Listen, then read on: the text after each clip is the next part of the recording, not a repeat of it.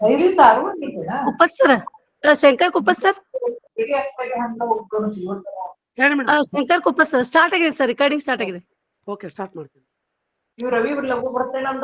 ಓಂ ಶ್ರೀ ಗುರು ಬಸವಲಿಂಗಾಯ ನಮಃ. ಸಂಘದಿಂದಲ್ಲದೆ Vijayalakshmi madam mute ಮಾಡಿ please. ಸಂಘದಿಂದಲ್ಲದೆ ಬೀಜ ಮೊಳೆದೋರದು, ಸಂಘದಿಂದಲ್ಲದೆ ಹೂವಾಗದು, ಸಂಘದಿಂದಲ್ಲದೆ ಸರ್ವ ಸುಖದೋರುದು. ಚನ್ನ ಮಲ್ಲಿಕಾರ್ಜುನಯ್ಯ ನಿಮ್ಮ ಮಹಾನುಭಾವಿಗಳ ಸಂಘದಿಂದ ಆನು ಪರಮ ಸುಖಿಯಾದನೆಯ.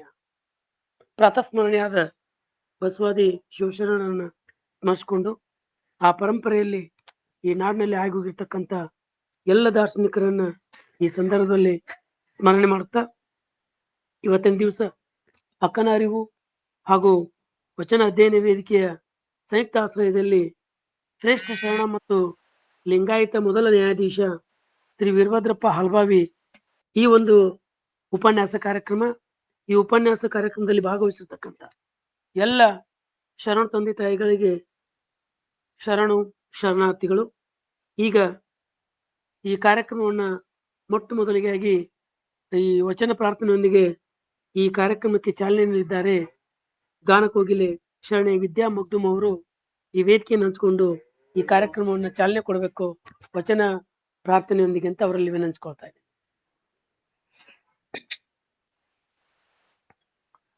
ಎಲ್ಲರಿಗೂ ಅನಂತ ಶರಣು ಶರಣಾರ್ಥಿಗಳು. ಅರ್ಚನೆ ಪೂಜನೆ ನೇಮವಲ್ಲ, ಅರ್ಚನೆ ಪೂಜನೆ ನೇಮವಲ್ಲ, ಮಂತ್ರ ತಂತ್ರ ನೇಮವಲ್ಲ, ಮಂತ್ರ ತಂತ್ರ ನೇಮವಲ್ಲ, ಧೂಪ ದೀಪಾರತಿ ನೇಮವಲ್ಲ, ಧೂಪ ದೀಪಾರತಿ ನೇಮವಲ್ಲ, ನೇಮವಲ್ಲ, ನೇಮವಲ್ಲ, ಅರ್ಚನೆ ಪೂಜನೆ ನೇಮವಲ್ಲ. ಪರಧನ ಪರಸ್ತ್ರೀ ಪರದೈವಂಗಳಿಗೆ, ಪರಧನ ಪರಸ್ತ್ರೀ ಪರದೈವಂಗಳಿಗೆ ಎರಗದಿಪ್ಪುದೇ ನೇಮ, ಎರಗದಿಪ್ಪುದೇ ನೇಮ. ಪರಧನ ಪರಸ್ತ್ರೀ ಪರದೈವಂಗಳಿಗೆ ಎರಗದಿಪ್ಪುದೇ ನೇಮ. ಶಂಭುಜಕ್ಕೇಶ್ವರ ಇವು ಶಂಭುಜಕ್ಕೇಶ್ವರ ನಲ್ಲಿ ಇವು ಕಾಣಿರಣ್ಣ, ಕಾಣಿರಣ್ಣ, ನಿತ್ಯ ನೇಮ. ಅರ್ಚನೆ ಪೂಜನೆ ನೇಮವಲ್ಲ, ಮಂತ್ರ ತಂತ್ರ ನೇಮವಲ್ಲ, ಧೂಪ ದೀಪಾರತಿ ನೇಮವಲ್ಲ, ಧೂಪ ದೀಪಾರತಿ ನೇಮವಲ್ಲ, ನೇಮವಲ್ಲ, ನೇಮವಲ್ಲ, ಅರ್ಚನೆ ಪೂಜನೆ, ಅರ್ಚನೆ ಪೂಜನೆ, ಅರ್ಚನೆ ಪೂಜನೆ ನೇಮವಲ್ಲ. ಎಲ್ಲರಿಗೂ ಅನಂತ ಶರಣು ಶರಣಾರ್ಥಿಗಳು. ತುಂಬಾ ಸುಶ್ರಾವ್ಯವಾಗಿ ವಚನ ಪ್ರಾರ್ಥನೆ ಮಾಡಿರ್ತಕ್ಕಂಥ ಶರಣೆ ವಿದ್ಯಾ ಮಗ್ದುಮ್ ಅವರಿಗೆ ಅನಂತ ಅನಂತ ಧನ್ಯವಾದಗಳು. ಇನ್ನು ಮುಂದಿನದಾಗಿ ಈ ಕಾರ್ಯಕ್ರಮದ ಕೇಂದ್ರ ಬಿಂದು ಅನುಭವಗಳ ಪರಿಚಯ ಹಾಗೂ ಪ್ರಾಸ್ತಾವಿಕ ಮತ್ತು ಸ್ವಾಗತವನ್ನ ಮಾಡಲಿಕ್ಕೆ ವೇದಿಕೆಯನ್ನ ಹಂಚಿಕೊಳ್ಳಿದ್ದಾರೆ ಶರಣೆ ವಿಜಯಲಕ್ಷ್ಮಿ ಕಲಬುರ್ಗಿ. ಅವರಿಗಾಗಿ ಈ ವೇದಿಕೆ.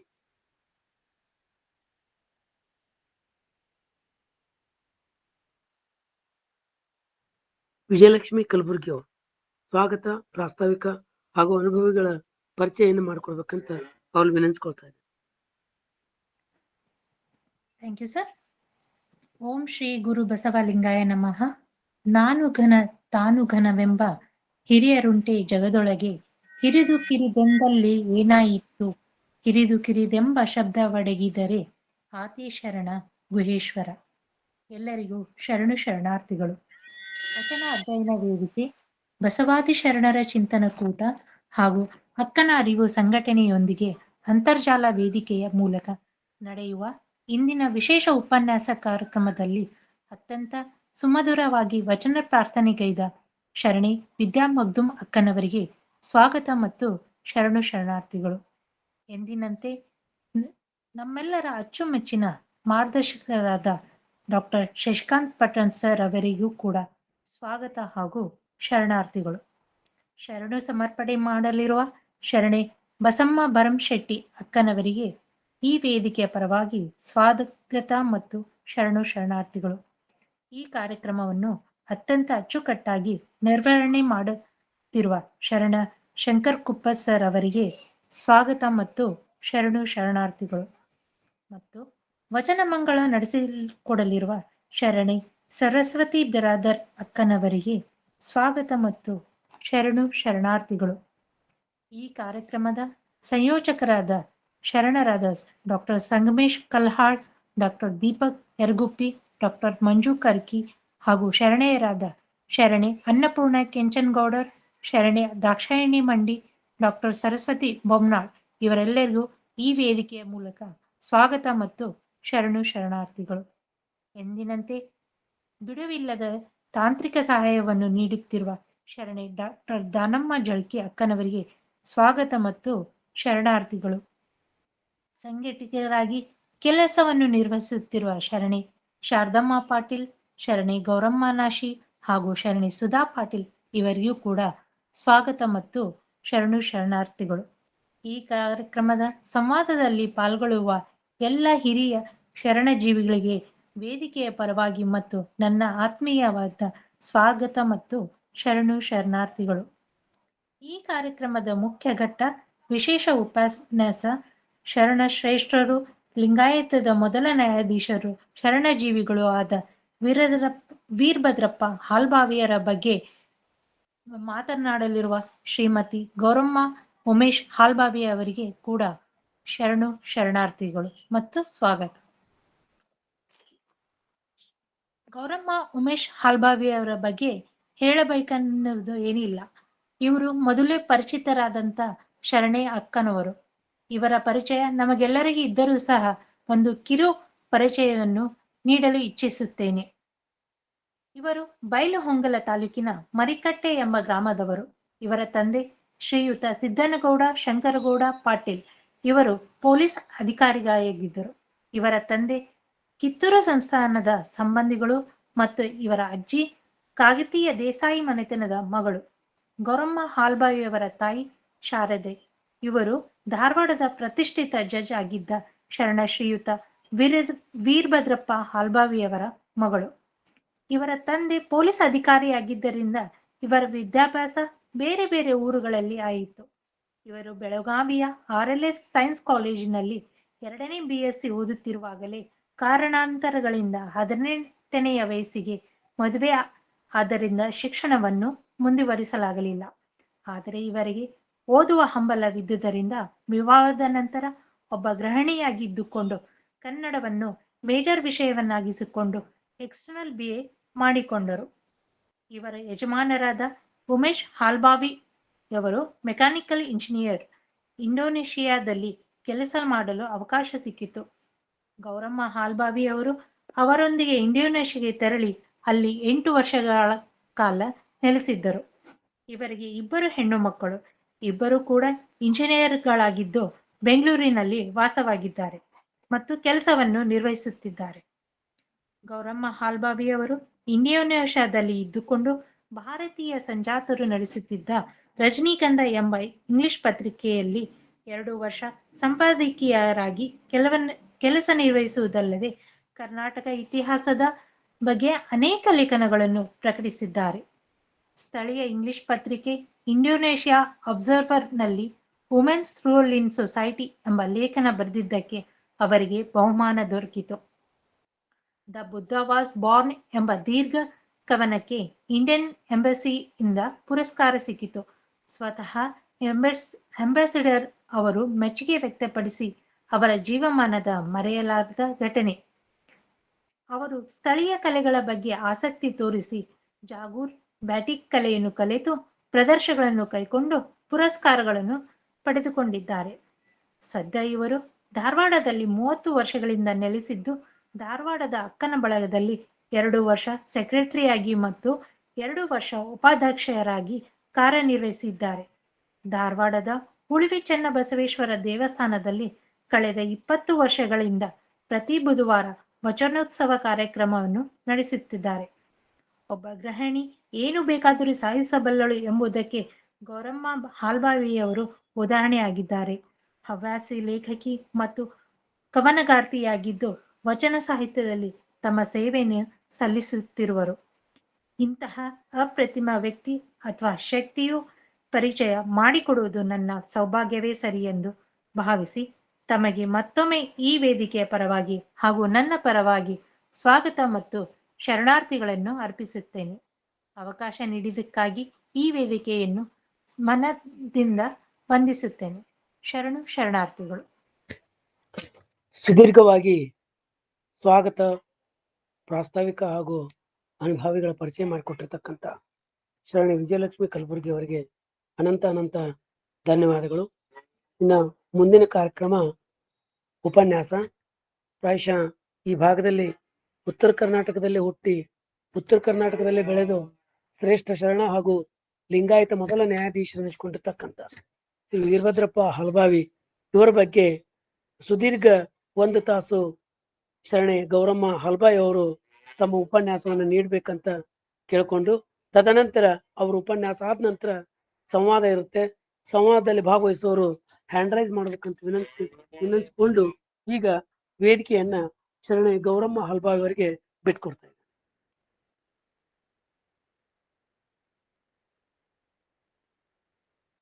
ಮ್ಯೂಟ್ ಮಾಡ್ರಿ, ಅನ್ಮ್ಯೂಟ್ ಮಾಡ್ಕೊಡ್ರಿ. ಗೌರವ್ ಮೇಡಮ್ ಅನ್ಮ್ಯೂಟ್ ಮಾಡಿ, ಮ್ಯೂಟ್ ಆಗಿದೆ. ಕೆಳಗಡೆ ಮೈಕ್ ಇದೆ ನೋಡಿ. Yes madam, yes madam. Right, okay. Om Shri Guru Basavalingaya ನಮಃ. ಅಲ್ಲುದದ ಹಿಡಿಯುವವನಲ್ಲ ಶರಣ, ಇಲ್ಲುದದ ನುಡಿಯುವವನಲ್ಲ ಶರಣ, ಗೆಲ್ಲು ಸೋಲಿಗೆ ಹೋರುವವನಲ್ಲ ಶರಣ, ಬಲ್ಲೆನೆಂದು ತನ್ನ ಬಲ್ಲಿತನವ ಎಲ್ಲರೊಳು ಬೀರುವವನಲ್ಲಯ್ಯ ಅಖಂಡೇಶ್ವರ ನಿಮ್ಮ ಶರಣ. ಇಂದು ನಾನು ಶ್ರೀಯುತ ಶರಣ ಮತ್ತು ಲಿಂಗಾಯತ ಮೊದಲ ನ್ಯಾಯಾಧೀಶರಾದ ವೀರಭದ್ರಪ್ಪ ಬಸಪ್ಪ ಹಾಲ್ಬಾವಿಯವರ ಬಗ್ಗೆ ನನಗೆ ತಿಳಿದಂತೆ ವಿಷಯವನ್ನು ಹಂಚಿಕೊಳ್ಳುತ್ತಿದ್ದೇನೆ. ಮೊದಲು ನಾನು ಅಕ್ಕನ ಅರಿವಿನ ಮತ್ತು ವಚನ ಅಧ್ಯಯನ ವೇದಿಕೆಯ ಅಧ್ಯಕ್ಷರು ಮಾರ್ಗದರ್ಶಕರು ಆದ ಶ್ರೀ ಶಶಿಕಾಂತ್ ಪಟ್ಟಣ್ ಸರ್ ಅವರಿಗೆ ಅನಂತ ನಮನ ಸಲ್ಲಿಸುತ್ತೇನೆ. ಅವರ ಎಲ್ಲ ಕಾರ್ಯ ಸಂಘಟಕರಾದ ಸುಧಾ ಪಾಟೀಲ್, ದಾನಮ್ಮ ಜಳಕಿ, ಜಯಶ್ರೀ ಪಾಟೀಲ್, ಗೌರಮ್ಮ ನಾಶಿ ಮತ್ತೊಂದರಿಗೂ ನನ್ನ ಅಭಿನಂದನೆಗಳು. ಇವರೆಲ್ಲ ಮಾಡುತ್ತಿರುವ ಸೇವಾ ಕಾರ್ಯ ಶರಣಾರ್ಥಿಗಳು. ಶರಣ ವೀರಭದ್ರಪ್ಪ ಹಾಲ್ಬಾವಿ ಇವರು ನನ್ನ ತಾಯಿಯ ತಂದೆ ಎನ್ನುವುದು ನನಗೆ, ನಮ್ಮೆಲ್ಲ ಕುಟುಂಬಕ್ಕೆ ಅತ್ಯಂತ ಅಭಿಮಾನದ ವಿಷಯ.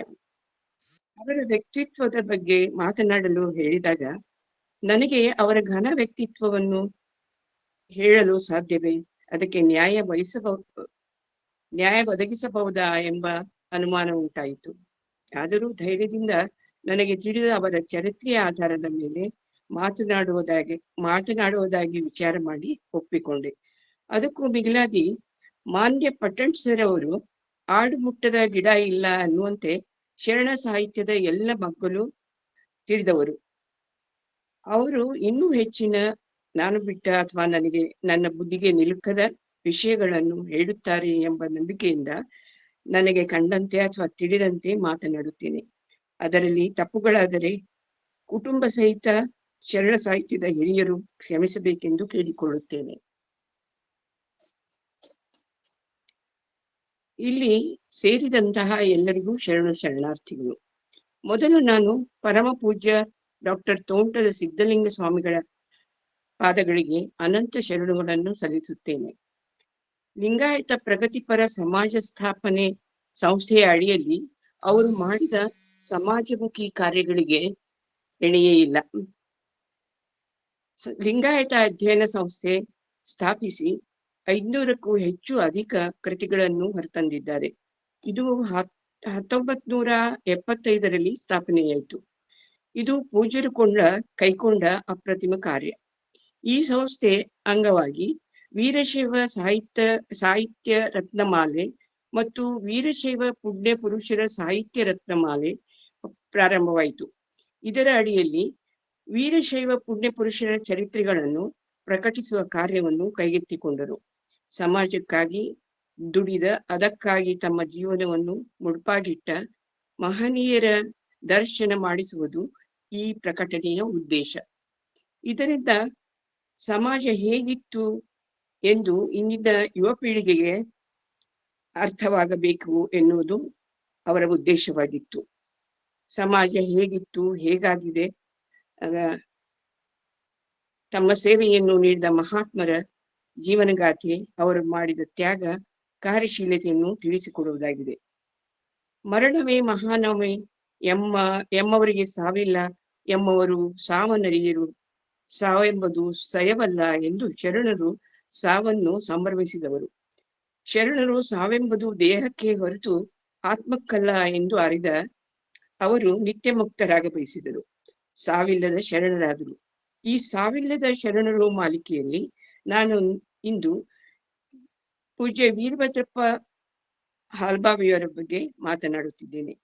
ಸಮಾಜದ ಉನ್ನತಿಗಾಗಿ ಶ್ರಮಿಸಿದ ಮಹನೀಯರನ್ನು ಸ್ಮರಿಸುತ್ತಾ ಅವರನ್ನು ಸದಾ ಜನಮಾನಸದಲ್ಲಿ ಇಡುವುದು ಈ ಮಾಲಿಕೆಯ ಉದ್ದೇಶ.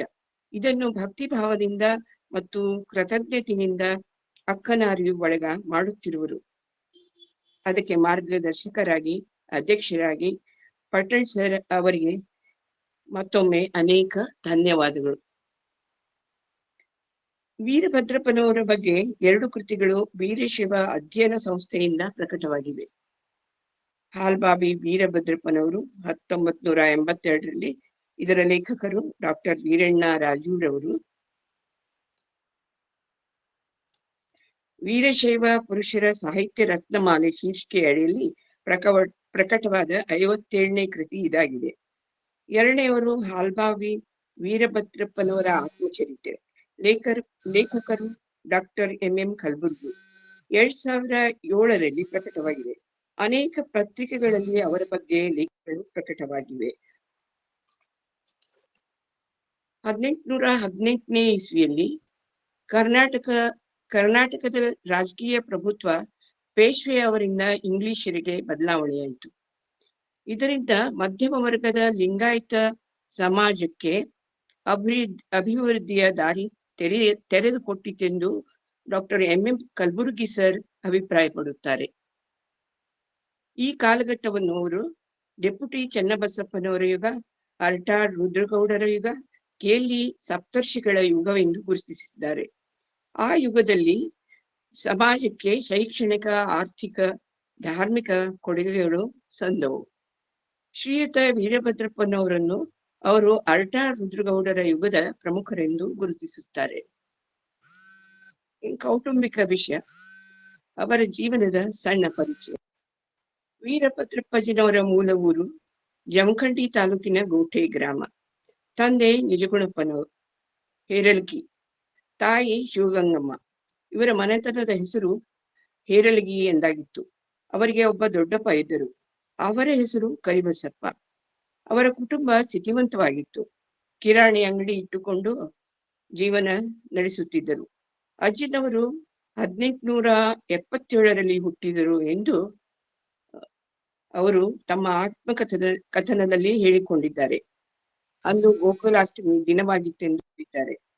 ಅವರ ಹುಟ್ಟಿದ ಸಮಯದಲ್ಲಿ ಭೀಕರ ಬರಗಾಲವಿತ್ತು. ಅದನ್ನು ದೊಡ್ಡ ಡವಗಿ ಬರ ಎಂದು ಕರೆಯುತ್ತಾರೆ. ಆಗ ಕುಟುಂಬದ ಸ್ಥಿತಿ ಸರಿಯಾಗಿರಲಿಲ್ಲ. ಅಜ್ಜನವರ ತಂದೆ ಅಕಾಲ ಮರಣವಾದರು. ತಾಯಿ ಶಿವಗಂಗಮ್ಮನಿಗೆ ದಿಕ್ಕು ತೋಚದಂತಾಯಿತು. ನಿಜಗುಣಪ್ಪನವರ ತೀರಿದ ಮೇಲೆ ಅವರ ಅಣ್ಣನ ಹೆಂಡತಿಗೆ ಇವರು ಮನೆಯಲ್ಲಿರುವುದು ಸರಿ ಬರಲಿಲ್ಲ. ಅವಳ ಕಿರುಕುಳ ದಿನದಿಂದ ದಿನಕ್ಕೆ ಹೆಚ್ಚಿಗೆ ಆಗಿ ಶಿವಗಂಗಮ್ಮ ಮಗನನ್ನು ಕಟ್ಟಿಕೊಂಡು ಬೇರೆ ಇರತೊಡಗಿದರು. ಹೊಲಗಳಲ್ಲಿ ಕೆಲಸ ಮಾಡಲು ಹೋಗುತ್ತಿದ್ದರು. ಆಗ ಬಾಲಕನಾದ ವೀರಭದ್ರಪ್ಪ ಮನೆಯಲ್ಲಿ ಆಟವಾಡಿಕೊಂಡು ತಾಯಿ ಮಾಡಿಟ್ಟ ರೊಟ್ಟಿಯನ್ನು ತಿಂದು ಅವಳು ಬರೋವರೆಗೆ ಕಾಲ ಕಳೆಯುತ್ತಿದ್ದರು. ಇದು ಕೂಡ ದೊಡ್ಡವನಿಗೆ ಸರಿ ಬರಲಿಲ್ಲ. ಏನಾದರೂ ನೆಪ ಮಾಡಿ ಕೂಗಾಟ ರೇಗಾಟ ಮಾಡುತ್ತಿದ್ದಳು. ಶಾಂತ ಸದ್ಗುಣಿ ಶಿವಗಂಗಮ್ಮ ಇಲ್ಲಿ ಇರುವುದೇ ಬೇಡ ಎಂದು ಎಲ್ಲವನ್ನೂ ಬಿಟ್ಟು ತನ್ನ ಅಕ್ಕನ ಊರಾದ ಗೋಕಾವಿ ಅಂದ್ರೆ ಈಗಿನ ಗೋಕಾಕಕ್ಕೆ ಬಂದರು. ಅಲ್ಲಿ ಅವರ ಅಕ್ಕ ಗೌರವ ಮತ್ತು ಆಕೆಯ ಗಂಡ ಬಸಪ್ಪ ಇವರಿಗೆ ಆಶ್ರಯ ಕೊಟ್ಟರು. ಗೌರವನಿಗೆ ಮಕ್ಕಳಿರಲಿಲ್ಲ. ಬಸಪ್ಪನವರು ಮೊದಲ ಹೆಂಡತಿಯಿಂದ ಸಿದ್ದಪ್ಪನೆಂಬ ಒಬ್ಬ ಮಗನಿದ್ದನು. ಬಸಪ್ಪನವರು ಗೌರವನ ಅನುಮತಿ ಪಡೆದು ಶಿವಗಂಗವನನ್ನು ಹುಡುಕಿಯಾದರು. ತಾಯಿ ಮಗನಿಗೆ ಶಾಶ್ವತ ನೆಲೆಯನ್ನು ಕಲ್ಪಿಸಿಕೊಟ್ಟರು. ತಮ್ಮ ಮಗ ಸಿದ್ದಪ್ಪ ಮತ್ತು ವೀರಭದ್ರಪ್ಪನವರನ್ನು ಭೇದವಿಲ್ಲದೆ ಬೆಳೆಸಿದರು. ಈಗ ಶಿವಗಂಗಮ್ಮ ನಿಶ್ಚಿಂತಳಾದಳು. ಮಗನ ಭಾರವನ್ನು ಬಸಪ್ಪನವರಿಗೆ ಬಿಟ್ಟು ಬಿಡುತ್ತಾಳೆ. ಅವರಾದರೂ ಹೆತ್ತ ಮಗನಿಗಿಂತ ಹೆಚ್ಚಿನ ಪ್ರೀತಿ ವಾತ್ಸಲ್ಯ ನೀಡಿ ಬೆಳೆಸುತ್ತಾರೆ. ವೀರಭದ್ರಪ್ಪನವರು ಅವನನ್ನೇ ಎಂದು ಭಾವಿಸಿ ವಿಧೇಯರಾಗಿ ವಿನಯಶೀಲರಾಗಿ ಉತ್ತಮ ನಡತೆಯಿಂದ ಎಲ್ಲರಿಗೂ ಪ್ರಿಯವಾಗಿ ಬೆಳೆಯುತ್ತಾರೆ. ವೀರಭದ್ರಪ್ಪ 6 ವರ್ಷ ಆಗುತ್ತಲೇ ಬಸಪ್ಪನವರು ಅವರನ್ನು ಅಲ್ಲಿಯ ಶಾಲೆಗೆ ಸೇರಿಸುತ್ತಾರೆ. ಆಗ ಅವರ ತಂದೆಯ ಹೆಸರಿನ ಸ್ಥಾನದಲ್ಲಿ ತಮ್ಮ ಹೆಸರನ್ನು ಬರೆಯುತ್ತಾರೆ. ಅದುವರೆಗೆ ನಿಜಗುಣಪ್ಪ ಹೇರಲಗಿ ವೀರಭದ್ರಪ್ಪ ನಿಜಗುಣಪ್ಪ ಹೇರಲಗಿ ಮನೆತನದವರಾದ ವೀರಭದ್ರಪ್ಪನವರು ವೀರಭದ್ರಪ್ಪ ಬಸಪ್ಪ ಹಾಲ್ಬಾವಿ ಆಗಿ ಹಾಲ್ಬಾವಿ ಮನೆತನದ ಕೀರ್ತಿಗೆ ಕಾರಣರಾಗುತ್ತಾರೆ. ಗೋಕಾಕದಲ್ಲಿ ಅವರು ಕಲಿಯುತ್ತಿದ್ದ ಶಾಲೆ ಆಂಗ್ಲೋ ವರ್ನಕ್ಯುಲರ್ ನಲ್ಲಿ ಬರೀ 3ನೇ ಇಯತ್ತವರೆಗೆ ಇದ್ದದ್ದು ಅರ್ಟಾರ್ ರುದ್ರಗೌಡರ ಸಹಾಯದಿಂದ 5ನೇ ಇಯತ್ತೆಯವರೆಗೆ ವಿಸ್ತರಿಸಿತು. ಅವರ ವಿದ್ಯಾಭ್ಯಾಸ ಕನ್ನಡ 4ನೇ ಇಯತ್ತೆ ಮತ್ತು ಇಂಗ್ಲಿಷ್ 5ನೇ ಇಯತ್ತೆಯನ್ನು ಗೋಕಾಕದಲ್ಲಿ ಮುಗಿಸುವಂತಾಯಿತು. ಕರ್ನಾಟಕದಲ್ಲಿ ಕನ್ನಡ ಪ್ರಜ್ಞೆ ಆಗ ಜಾಗೃತವಾಗತೊಡಗಿತ್ತು. ಪೇಶ್ವೆಯರಿಂದಾಗಿ ಮರಾಠಿ, ಇಂಗ್ಲಿಷರಿಂದಾಗಿ ಇಂಗ್ಲಿಷ್ ಪ್ರಭಾವ, ಸಂಸ್ಕೃತ ಭಾಷೆ, ಮೋಡಿ ಭಾಷೆಯನ್ನು ಶಾಲೆಗಳಲ್ಲಿ ಕಲಿಸುತ್ತಿದ್ದರು. 4 ಭಾಷೆಗಳನ್ನು ವೀರಭದ್ರಪ್ಪನವರು ಕಲಿತರು. ವೀರಭದ್ರಪ್ಪ ಪ್ರತಿಭಾವಂತರಾಗಿದ್ದರಿಂದ ಎಲ್ಲ ಶಿಕ್ಷಕರಿಗೆ ಪ್ರಿಯವಾಗಿದ್ದರು. ಮತೀಯ ಭಾವನೆ ಇಲ್ಲದೆ ಬ್ರಾಹ್ಮಣ ಗುರುಗಳು ಸಹ ಅವರನ್ನು ಪ್ರೀತಿಸಿ ಪ್ರೋತ್ಸಾಹಿಸಿದರು. ಆಗ ಹೆಚ್ಚಾಗಿ ಬ್ರಾಹ್ಮಣ ಗುರುಗಳೇ ಇರುತ್ತಿದ್ದರು. ಇನ್ನು 1891ರಲ್ಲಿ ಹೈಸ್ಕೂಲ್ ವಿದ್ಯಾಭ್ಯಾಸವನ್ನು 1ನೇಯವರಾಗಿ ಪಾಸಾದರು. ಮುಂದೆ ಓದಲು ಬೆಳಗಾವಿಗೆ ಹೋಗಬೇಕಿತ್ತು. ಆಗ ತಂದೆಯ ಆರ್ಥಿಕ ಸ್ಥಿತಿ ನೆಟ್ಟಗಿರಲಿಲ್ಲ. ಹಿರಿಯ ಮಗ ಸಿದ್ದಪ್ಪನ ಮದುವೆಯಾಗಿತ್ತು. ಆಗ ಬಾಲ್ಯ ವಿವಾಹಗಳು ಸಾಮಾನ್ಯವಾಗಿದ್ದವು. ವೀರಭದ್ರಪ್ಪನವರಿಗೂ ಕೂಡ 14ನೇ ವರ್ಷದಲ್ಲಿ ಅವರ ಮದುವೆ ಆ ಊರಿನ ಕಾಗಲಿ ಚನ್ನಬಸಪ್ಪನವರ ಮಗಳು ಗಂಗಾ ಎಂಬ ಕನ್ಯೆಯೊಂದಿಗೆ ಆಯಿತು. ಆಗ ತಾಯಿ ಶಿವಗಂಗವ್ವ ಆರ್ಥಿಕ ಪರಿಸ್ಥಿತಿಯಿಂದಾಗಿ ಹೊರಗಡೆ ದುಡಿಯುವ ಪ್ರಸಂಗ ಬಂದಿತು. ಅಡವಿಯಿಂದ ಉರುವಲು ತರುವುದು, ರೇಷ್ಮೆ ನೂಲು ತೊಡುವುದು, ಕಡಲೆ ತೊಗರಿ ಬೇಳೆಗಳ ಮಾಡುವುದು ಮೊದಲಾದ ಕೆಲಸದಲ್ಲಿ ತೊಡಗಿಕೊಂಡರು. ವೀರಭದ್ರಪ್ಪನವರು ಕೂಡ ಅವಳ ಕೆಲಸದಲ್ಲಿ ನೆರವಾಗುತ್ತಿದ್ದರು. ಹಿರಿಯ ಮಗ ಸಿದ್ದಪ್ಪ ಬೇರೆ ಇರಹತ್ತಿದ್ದರಿಂದ ಬಸಪ್ಪನವರು ವೀರಭದ್ರಪ್ಪನನ್ನು ಮುಂದೆ ಓದಿಸಲು ನಿರ್ಧಾರ ಮಾಡಿದರು. ಇದು ಅವರ ದೊಡ್ಡವ ಗೌರವನಿಗೆ ಸಹನವಾಗಲಿಲ್ಲ. ಬಹಳ ವಿರೋಧ ವ್ಯಕ್ತಪಡಿಸಿದಳು. ಬಸಪ್ಪನವರು ತಮ್ಮ ನಿರ್ಧಾರವನ್ನು ಬದಲಿಸದೆ ಬೆಳಗಾವಿಗೆ ಕರೆದುಕೊಂಡು ಹೋಗಿ ತಾವು ಆಗಾಗ ಹೋಗುತ್ತಿದ್ದ ಶಾಪುರ್ ಹತ್ರ ಇರುವ ಮಠದಲ್ಲಿ ಅವರಿಗೆ ಇರುವ ವ್ಯವಸ್ಥೆ ಮಾಡಿ ಸರ್ದಾರ್ ಹೈಸ್ಕೂಲ್ಗೆ ಅವರನ್ನು 6ನೇ ಇಯತ್ತೆ ಸೇರಿಸುತ್ತಾರೆ. ಶ್ರದ್ಧೆಯಿಂದ ಓದಿ 1894ರಲ್ಲಿ ಮ್ಯಾಟ್ರಿಕ್ ಪರೀಕ್ಷೆ ಪಾಸಾಗುತ್ತಾರೆ. ಮುಂದೆ ಓದಬೇಕೆಂಬ ಆಶೆ ಅವರಿಗೆ. ಆದರೆ ತಂದೆಯ ಆರ್ಥಿಕ ಪರಿಸ್ಥಿತಿಯನ್ನು ನೆನೆದು ಇನ್ಯಾವುದಾದರೂ ನೌಕರಿ ಮಾಡಬೇಕೆಂದು ವಿಚಾರ ಮಾಡುತ್ತಿದ್ದಾಗ ಲಿಂಗಾಯತ ವಿದ್ಯಾಭಿವೃದ್ಧಿ ಸಂಸ್ಥೆ ಅವರಿಗೆ ಸಹಾಯ ಹಸ್ತ ನೀಡಿತು. ಗಿಲ್ಕಂಚಿ ಗುರುಸಿದ್ದಪ್ಪನವರು ಮತ್ತು ಅರಟಾಳ್ ರುದ್ರಗೌಡರು ಲಿಂಗಾಯತ ವಿದ್ಯಾರ್ಥಿಗಳಿಗಾಗಿ ಸಹಾಯ ಮಾಡಲೆಂದು ಒಂದು ಫಂಡ್ ಕೂಡಿಸಿ ಆ ಸಂಸ್ಥೆಯನ್ನು ಸ್ಥಾಪಿಸಿದ್ದರು.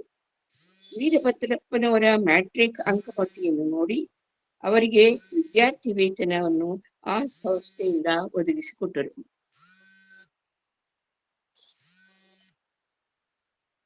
ಮುಂದೆ ಪುಣೆಯ ಡೆಕ್ಕನ್ ಕಾಲೇಜ್ ಸೇರಿದರು.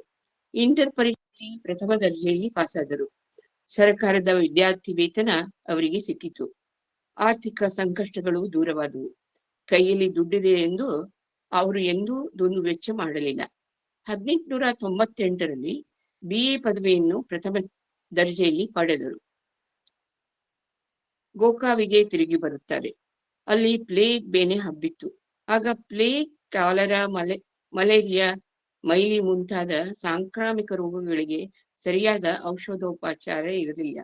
ಇಂತಹ ರೋಗಗಳು ಊರಿಗೆ ಪ್ರವೇಶಿಸಿದರೆ ಊರೇ ನಾಶವಾಗುವಂತಹ ಪರಿಸ್ಥಿತಿ ಇತ್ತು. ವೀರಭದ್ರಪ್ಪನವರಿಗೆ ಆಗ ಹೆಣ್ಣು ಮಗು ಆಗಿತ್ತು. ಬಂದ ಮೇಲೆ ಕೆಲವೇ ಅವರ ಹೆಂಡತಿ ಗಂಗಾರಿಗೆ ಪ್ಲೇಗ್ ಕಾಯಿಲೆ ಅಂಟಿತು. ಆಕೆ ಸಣ್ಣ ಮಗುವನ್ನು ಬಿಟ್ಟು ಸಾವನ್ನಪ್ಪುತ್ತಾರೆ. ಆ ಮಗುವು ಕೂಡ ಕೆಲವು ದಿನದಲ್ಲಿ ಸಾವನ್ನಪ್ಪುತ್ತದೆ. ಅದರಿಂದ ನೊಂದ ವೀರಭದ್ರಪ್ಪನವರು ರಬಕವಿಗೆ ಬರುತ್ತಾರೆ. ಆಗ ರಬಕವಿ ಮತ್ತು ಬನಹಟ್ಟಿಗಳು ಪ್ರಮುಖ ವ್ಯಾಪಾರಿ ಕೇಂದ್ರಗಳಾಗಿ ಹೆಸರುವಾಸಿಯಾಗಿದ್ದವು. ನೇಕಾರ ಮತ್ತು ಬಣಗಾರ ಸಮಾಜ ಹೆಚ್ಚು ಇತ್ತು. ಜನರು ಶಿಕ್ಷಿತರಿದ್ದರು. ಅವರ ಒಡನಾಟದಿಂದ ಅವರು ಮಾನಸಿಕವಾಗಿ ಚೇತರಿಸಿಕೊಳ್ಳುತ್ತಾರೆ. ಅಲ್ಲಿ ಅವರಿಗೆ ತಮಗಿಂತ 2 ವರ್ಷ ಕಿರಿಯರಾದ ಫಗು ಹಳಕಟ್ಟಿಯವರ ಪರಿಚಯವಾಗುತ್ತದೆ. ಹಳಕಟ್ಟಿ ಮತ್ತು ಅವರ ತಂದೆ ಗುರುಪಾದಪ್ಪನವರ ಆದರಕ್ಕೆ ಪಾತ್ರರಾಗುತ್ತಾರೆ. ಗುರುಪಾದಪ್ಪನವರಿಗೆ ಅವರ ಪತ್ನಿಯ ಸಾವಿನ ನೋವು ತಿಳಿದು ಅವರ ಒಳಿತಿಗಾಗಿ ತಮ್ಮ ಪರಿಚಯದವರಾದ ಕಲಬುರ್ಗಿ ವೀರಪ್ಪನವರಿಗೆ ಹೆಣ್ಣು ಮಕ್ಕಳಿದ್ದುದನ್ನು ಅರಿತು ಅವರಿಗಾಗಿ ಪ್ರಸ್ತಾಪ ಇಡುತ್ತಾರೆ. ಅವರು ಹೆಣ್ಣು ಮಕ್ಕಳು ಅವರು ಕನ್ನಡ ಓದಲು ಬರೆಯಲು ಕಲಿತಂತವರಾಗಿದ್ದರು. ಅವರ 2ನೇ ಮಗಳಿಗೆ ಮದುವೆ ಆಗಿರಲಿಲ್ಲ. ಆಕೆಗಾಗಿ ವೀರಪ್ಪನವರ ಮುಂದೆ ವೀರಭದ್ರಪ್ಪನವರ ಪ್ರಸ್ತಾಪ ಇಟ್ಟರು. ಇಂತಹ ವಿದ್ಯಾವಂತ ಸ್ಫುರದ್ರೂಪಿ ವರ ಸಿಕ್ಕ ಮೇಲೆ ನಿರಾಕರಿಸುವ ಪ್ರಶ್ನೆಯೇ ಏಳಲಿಲ್ಲ. ಅವರು ಒಪ್ಪಿದರು. ವೀರಭದ್ರಪ್ಪನವರ ಗುರುಬಸಪ್ಪನವರ ಪ್ರಸ್ತಾವ ಒಪ್ಪಿದರು. ಆ ಕನ್ಯೆಯ ಹೆಸರೇ ಚೆನ್ನಬಸವ್ವ. ಅವರೊಡನೆ ವಿವಾಹ ಆಯಿತು. ಮಾವನ ಮನೆಯಲ್ಲಿ ಇರಹತ್ತಿದರು. ವೀರಭದ್ರಪ್ಪನವರು ಕೆಲಸಕ್ಕಾಗಿ ಅರ್ಜಿಗಳನ್ನು ಮುಲ್ಕಿ ಖಾತೆ, ಕಾರವಾರ ಮತ್ತು ಧಾರವಾಡ ಜಿಲ್ಲೆಯ ಕಲೆಕ್ಟರಿಗೆ ಹಾಕಿದರು. ಇಷ್ಟು ಬೇಕ ನೌಕರಿ ಬೇಡ, ಮುಂದೆ ಓದು ಎಂದು ಸಲಹೆ ಕೊಟ್ಟರು. ವೀರಭದ್ರಪ್ಪನವರಿಗೆ ಕನ್ನಡದ ಮೇಲೆ ಬಲು ಪ್ರೀತಿ, ಅಭಿಮಾನ. ಕನ್ನಡ ಮತ್ತು ಇಂಗ್ಲಿಷ್ ತೆಗೆದುಕೊಂಡು MA ಮಾಡಬೇಕೆಂಬ ವಿಚಾರ ಅವರದಾಗಿತ್ತು. ಆದರೆ ವೀರಪ್ಪನವರು ಅಳಿಯ LLB ಓದಬೇಕೆಂಬ ಆಸೆ ವ್ಯಕ್ತಪಡಿಸಿದರು. ಆಗ ಲಿಂಗಾಯತ ಸಮಾಜದಲ್ಲಿ ಹೊನ್ನಾಪುರ ಮಠ ಅವರೊಬ್ಬರೇ ವಕೀಲರಾಗಿದ್ದರು. ಅವರ ವೃತ್ತಿ ಬಹಳ ಚೆನ್ನಾಗಿ ನಡೆದಿತ್ತು. ಮಾವ ವೀರಪ್ಪನವರ ಆಗ್ರಹಕ್ಕೆ ಮಣಿದು LLB ಮಾಡಲು ಒಪ್ಪಿ ಸಿಕ್ಕ ಕೆಲಸಗಳನ್ನು ಬಿಟ್ಟು ಮುಂಬೈನ ಸರ್ಕಾರಿ ಲಾ ಕಾಲೇಜ್ ಸೇರಿದರು. ಮಾವ ವೀರಪ್ಪನವರು ಆಗ್ರಹಕ್ಕೆ ಮಣಿದು LLB ಮಾಡಲು ಒಪ್ಪಿ ಲಾ ಕಾಲೇಜ್ ಸೇರಿದರು. ಆ ಸಮಯ ವಿದ್ಯಾಖಾತೆಯ ರಾವ್ಜಿ ಕರಂದಿಕರ್ ಅವರು ಕನ್ನಡ ಟ್ರೈನಿಂಗ್ ಕಾಲೇಜ್ ಪ್ರಿನ್ಸಿಪಾಲರಾಗಿದ್ದರು. ಅವರಿಗೆ ಲಿಂಗಾಯತರ ಮೇಲೆ ಹೆಚ್ಚು ಒಲವು ಇತ್ತು. ಅವರು ತಮ್ಮ ಕಾಲೇಜಿನ ಗಣಿತ ಶಿಕ್ಷಕರು ರಜೆಯಲ್ಲಿದ್ದ ಕಾರಣ ಏನೂ ವಿಚಾರ ಮಾಡದೆ ಅವರ ಜಾಗಕ್ಕೆ ವೀರಭದ್ರಪ್ಪನವರನ್ನು ನೇಮಿಸಿಕೊಂಡರು. ಲಾ ಕಾಲೇಜ್ ಶುರು ಆಗುವುದು ತಡ ಇದ್ದುದರಿಂದ ವೀರಭದ್ರಪ್ಪನವರು ಲಾ ಕಾಲೇಜ್ ಸುರುವುದು ತಡವಾಗಿದ್ದರಿಂದ ಅಲ್ಲಿ ಸ್ವಲ್ಪ ದಿನ ಕೆಲಸ ಮಾಡಿ ಮುಂದೆ ಮುಂಬೈಗೆ ಹೋದರು. ವೀರಭದ್ರಪ್ಪನವರು ನ್ಯಾಯಶಾಸ್ತ್ರವನ್ನು ಶ್ರದ್ಧೆಯಿಂದ ಓದತೊಡಗಿದರು. ಧಾರವಾಡದ ಸಿದ್ದರಾಮಪ್ಪ ಪಾವಟೆ ಮತ್ತು ಅವರು ಅವರಿಗಿಂತ 1 ವರ್ಷ ಮುಂದೆ ಇದ್ದರು. ವೀರಪ್ಪ ಬಿಳಿಯಂಗಡಿಯವರು ಇವರ ಜೊತೆ ಓದುತ್ತಿದ್ದರು.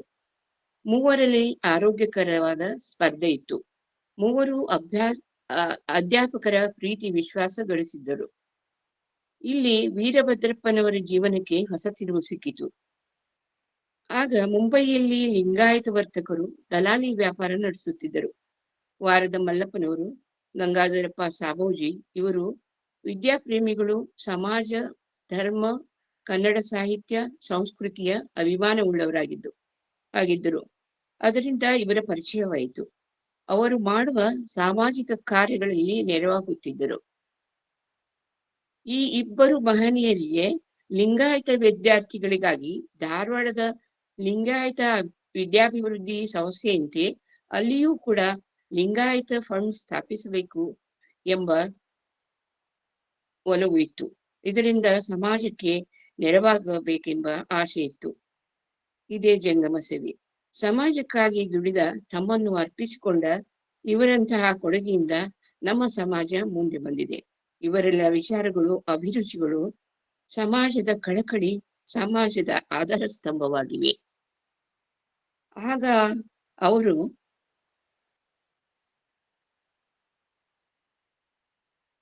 ಅವರು ಕಾಯ್ದೆಗಳನ್ನು ತಿಳಿದುಕೊಂಡ ವೀರಭದ್ರಪ್ಪನವರ ಮುಂದೆ ತಮ್ಮ ಪ್ರಸ್ತಾಪ ಇಟ್ಟರು. ವೀರಭದ್ರಪ್ಪನವರು ಬಹಳ ಸಂತೋಷದಿಂದ ಈ ವಿಚಾರವನ್ನು ಸ್ವಾಗತಿಸಿ ಒಪ್ಪಿಕೊಂಡರು.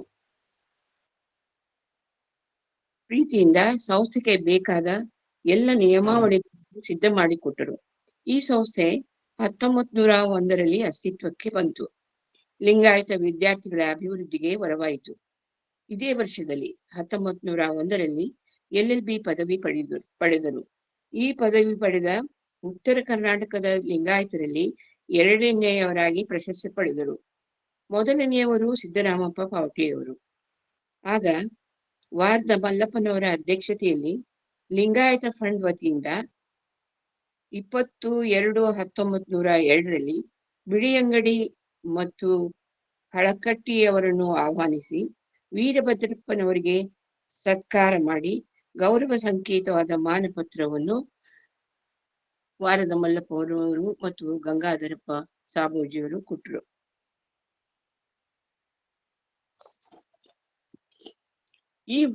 ಈ ಹೊತ್ತಿಗೆ ಅಥಣಿಯ ಗ್ರಾಮಸ್ಥರು ಲಿಂಗಾಯತರಲ್ಲಿ ಮೊದಲು LLB ಪದವಿ ಪಡೆದ ವಿದ್ಯಾರ್ಥಿಗಳಿಗಾಗಿ ವಿಕ್ಟೋರಿಯಾ ಜುಬಿಲಿ ಎಂಬ 11 ತೊಲೆಯ ಒಂದು ಬಂಗಾರದ ಪದಕವನ್ನು ಬಹುಮಾನವಾಗಿ ಇಟ್ಟಿದ್ದರು.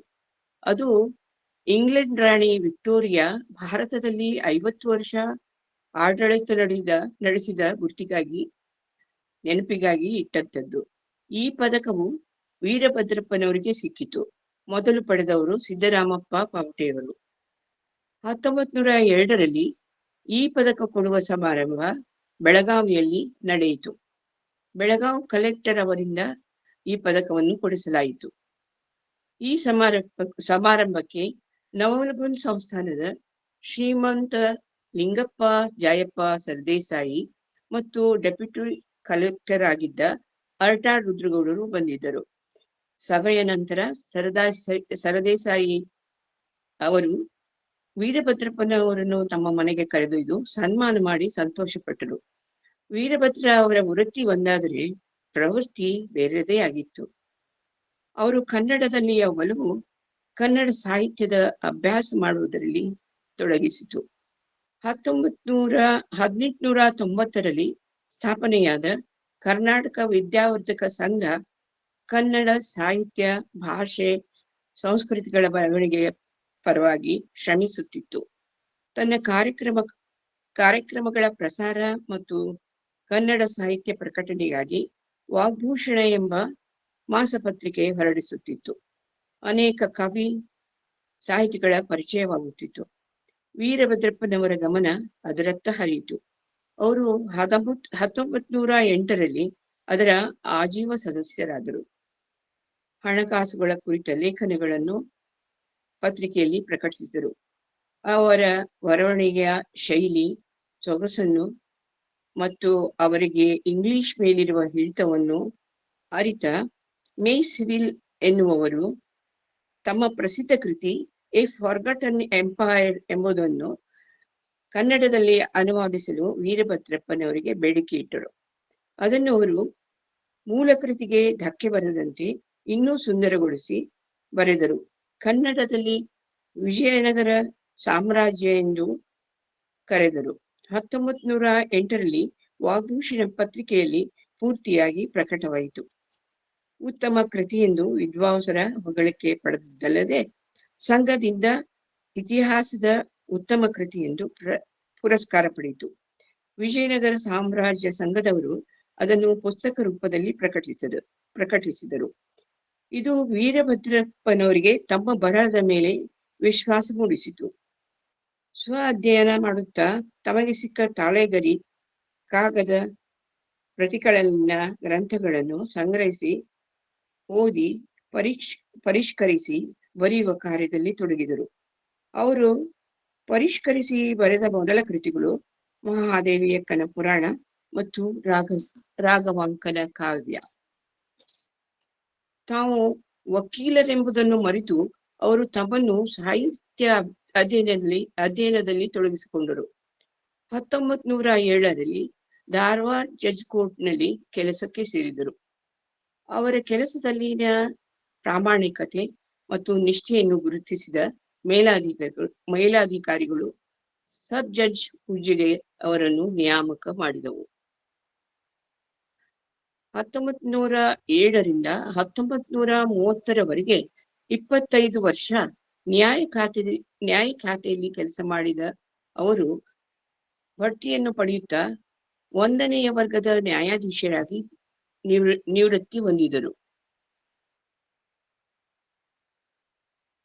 ಅವರು ಧಾರವಾಡ, ಬೆಳಗಾವಿ, ಕುಲಾಬಾ ಜಿಲ್ಲೆಯ ಅಲಿಬಾಗ್, ಮಹಾಡ್, ಸಿರ್ಸಿ, ಹುಬ್ಬಳ್ಳಿ, ಹೊನ್ನಾವರ್, ಚಿಕ್ಕೋಡಿ, ಮುದ್ದೇಬಿಹಾಳ್, ವಿಜಯಪುರದಲ್ಲಿ ಕೆಲಸ ಮಾಡಿದರು. ಅವರು ಎಲ್ಲಿ ಕೆಲಸ ಮಾಡಿದರು ಸತ್ಯಶುದ್ಧ ನಡೆನುಡಿ, ಸಚ್ಚಾರಿತ್ರ್ಯ, ನ್ಯಾಯ ನಿಷ್ಠುರತೆಯಿಂದ ಜನಪ್ರಿಯರಾದರು. ಅವರು ವ್ಯಾಜ್ಯಗಳನ್ನು ಮುಂದೂಡದೆ ಬೇಗ ಮುಗಿಸುತ್ತಿದ್ದರು. ಸತ್ಯ ನಿರ್ಣಯ ಯಾವಾಗಲೂ ಅವರದಾಗಿರ್ತಿತ್ತು. ನಮ್ಮ ಯುವ ಸ್ನೇಹಿತ, ಇವನಿಗೆ ಗೆಲ್ಲಿಸಬೇಕು, ಅವನಿಗೆ ಸೋಲಿಸಬೇಕು, ಅವನು ವೈರಿ ಎಂಬ ಭಾವ ಅವರಲ್ಲಿ ಎಳ್ಳಷ್ಟು ಇರಲಿಲ್ಲ. ಕೆಲವು ಸಲ ಆತ್ಮೀಯರು ಸಂಬಂಧಿಗಳಿಗೆ ಸೋಲಾಗಿದ್ದಿದೆ. ಇದು ಅವರ ನ್ಯಾಯ ನಿಷ್ಠುರತೆಯ ಸಾಕ್ಷಿ. ಬೈಲೊಂಗಲ್ ಜವಳಿ ಅದ್ರಷ್ಟಪ್ಪನವರ ಒಂದು ಕೇಸು. ಇವರ ಮೇಲೆ ವೀರಭದ್ರಪ್ಪನವರಿಗೆ ಸ್ವಲ್ಪ ಅಸಮಾಧಾನ ಇತ್ತು. ಅವರ ಮೇಲೆ ಯಾವುದೇ ವೈರವಿಲ್ಲದೆ ಅವರ ವ್ಯಾಜ್ಯದಲ್ಲಿಯ ಸತ್ಯತೆಯನ್ನು ಅರಿತು ಅವರಂತೆ ನ್ಯಾಯ ಒದಗಿಸಿದರು. ಇನ್ನು ಶ್ರೀಮಂತ್ ವಂಟಮುರಿಯವರ ಸಂಬಂಧಿಕರ ವ್ಯಾಜ್ಯ. ಅವರು ಬಹಳ ಪ್ರತಿಷ್ಠಿತರು. ಎಷ್ಟೇ ಪ್ರತಿಷ್ಠಿತರಾದ್ರೂ ತಮ್ಮ ಸಂಬಂಧದವರು ಬಂದರೂ ಅವರು ಯಾವಾಗಲೂ ನ್ಯಾಯ ಸತ್ಯದ ಕಡೆ ಇರುತ್ತಿತ್ತು. ಹಾಗೆ ಆ ಕೇಸು ವಂಟಮುರಿ ದೇಸಾಯಿ ಆಪ್ತರ ವಿರುದ್ಧವಾಯಿತು. ಇನ್ನೊಂದು ಅವರ ವ್ಯಾಜ್ಯ ಅಂದ್ರೆ ಪಾವಟೆ ಸಿದ್ದರಾಮಪ್ಪನವರದು. ಸಿದ್ಧಾರೂಢರ ಮೆರವಣಿಗೆಯ ತಡೆಯಾಜ್ಞೆ ತರಲು ಪ್ರಯತ್ನ. ಸಿದ್ಧಾರೂಢರನ್ನು ಪ್ರತಿ ವರ್ಷ ಶಿವರಾತ್ರಿಯಂದು ಮಠದಿಂದ ರುದ್ರಾಕ್ಷಿ ಮಠಕ್ಕೆ ಮೆರವಣಿಗೆಯಲ್ಲಿ ಕರೆದುಕೊಂಡು ಹೋಗುವ ಸಂಪ್ರದಾಯ ಇತ್ತು. ಮೊದಲು ಸಿದ್ಧಾರೂಢರ ಬಗ್ಗೆ ಬಹಳ ಭಕ್ತಿ ಇದ್ದ ಪಾವಟೆ ಸಿದ್ದರಾಮಪ್ಪನವರು ಅವರು ಲಿಂಗಧಾರಿಗಳಲ್ಲ ಎಂದು ತಿಳಿದು ಅವರ ಸಹವಾಸದಿಂದ ದೂರ ಉಳಿದರು. ಈ ಮೆರವಣಿಗೆ ನಡೆಯಕೂಡದೆಂದು ತಡೆಯಾಜ್ಞೆ ತರಲು ನ್ಯಾಯಾಲಯಕ್ಕೆ ಅರ್ಜಿ ಸಲ್ಲಿಸಿದರು. ಈ ವಿಚಾರಣೆ ವೀರಭದ್ರಪ್ಪನವರ ಮುಂದೆ ಬಂತು. ಮರುದಿನವೇ ಶಿವರಾತ್ರಿ ಇತ್ತು. ಅಂದಿನ ದಿನ ರಾತ್ರಿ 8 ಗಂಟೆಯವರೆಗೆ ವಿಚಾರಣೆ ನಡೆಸಿ ಜನರ ಭಾವನೆಗೆ ಧಕ್ಕೆ ಆಗಬಾರದು, ಜನರನ್ನು ಕರಳಿಸುವುದು ಸರಿಯಲ್ಲವೆಂದು ಜನಪರ ತೀರ್ಪನ್ನು ಕೊಟ್ಟರು. ಇನ್ನೊಂದೆಂದರೆ ಮುಖ್ಯವಾದದ್ದು ಶಿವಯೋಗ ಮಂದಿರದ ವ್ಯಾಜ್ಯ. ಶಿವಯೋಗ ಮಂದಿರದ ಕೇಸು ಬಾಗಲಕೋಟೆಯ Shivanand ginning mill, pressing mill ಮತ್ತು ಪಾಲುಗಾರರ ಲೆಕ್ಕಾಚಾರಕ್ಕೆ ಸಂಬಂಧಪಟ್ಟಿದ್ದು. ಅದರಲ್ಲಿ ಅರ್ಧ ಪಾಲು ಶಿವಯೋಗ ಮಂದಿರದ್ದು, ಇನ್ನರ್ಧ ಪಾಲು 4 ಜನ ವ್ಯಾಪಾರಸ್ಥರದ್ದು. ಅವರಲ್ಲಿ ಇಬ್ಬರು ಶಿವಯೋಗ ಮಂದಿರ ಮತ್ತು ಉಳಿದಬ್ಬರು ಅವರ ಮೇಲೆ ದಾವೆ ಹಾಕಿದ್ದರು. ಇದನ್ನು ವೀರಭದ್ರಪ್ಪನವರು ಬಹಳ ನ್ಯಾಯನಿಷ್ಠರು, ಸತ್ಯಪ್ರಿಯರು ಅಂತ ತಿಳಿದ ಅರ್ಜಿದಾರರು ಯಾರಿಗೂ ಹೇಳದಂತೆ ಹಿಂತೆಗೆದುಕೊಂಡು ಮಧ್ಯವರ್ತಿಗಳಿಂದ ಬಗೆಹರಿಸಿಕೊಂಡರು. ಅನೇಕ ಸಂದರ್ಭಗಳಲ್ಲಿ ಯಾವುದೇ ಮರ್ಜಿ ಹಿಡಿಯದೆ ನಿರ್ಭೀತಿಯಿಂದ ನ್ಯಾಯಪರವಾಗಿ ನಿಲ್ಲುತ್ತಿದ್ದರು. ಇಲ್ಲಿ ನನಗೆ ಒಂದು ಬಸವಣ್ಣನವರ ವಚನ ನೆನಪಿಗೆ ಬರುತ್ತದೆ. ನ್ಯಾಯ ನಿಷ್ಠುರಿ, ದಾಕ್ಷಿಣ್ಯ ಪರ ನಾನಲ್ಲ, ಲೋಕ ವಿರೋಧಿ, ಶರಣ ನಾರಿಗೂ ಅಂಜುವನಲ್ಲ, ಕೂಡಲ ಸಂಗಮ ದೇವನ ರಾಜತೇಜದಲ್ಲಿಪ್ಪನಾಗಿ ಎಂಬುವಂಥದ್ದು. ಈ ವೀರಭದ್ರಪ್ಪನವರ ನಿಲುವು ಕೂಡ ಅಂತೆಯೇ ಆಗಿತ್ತು.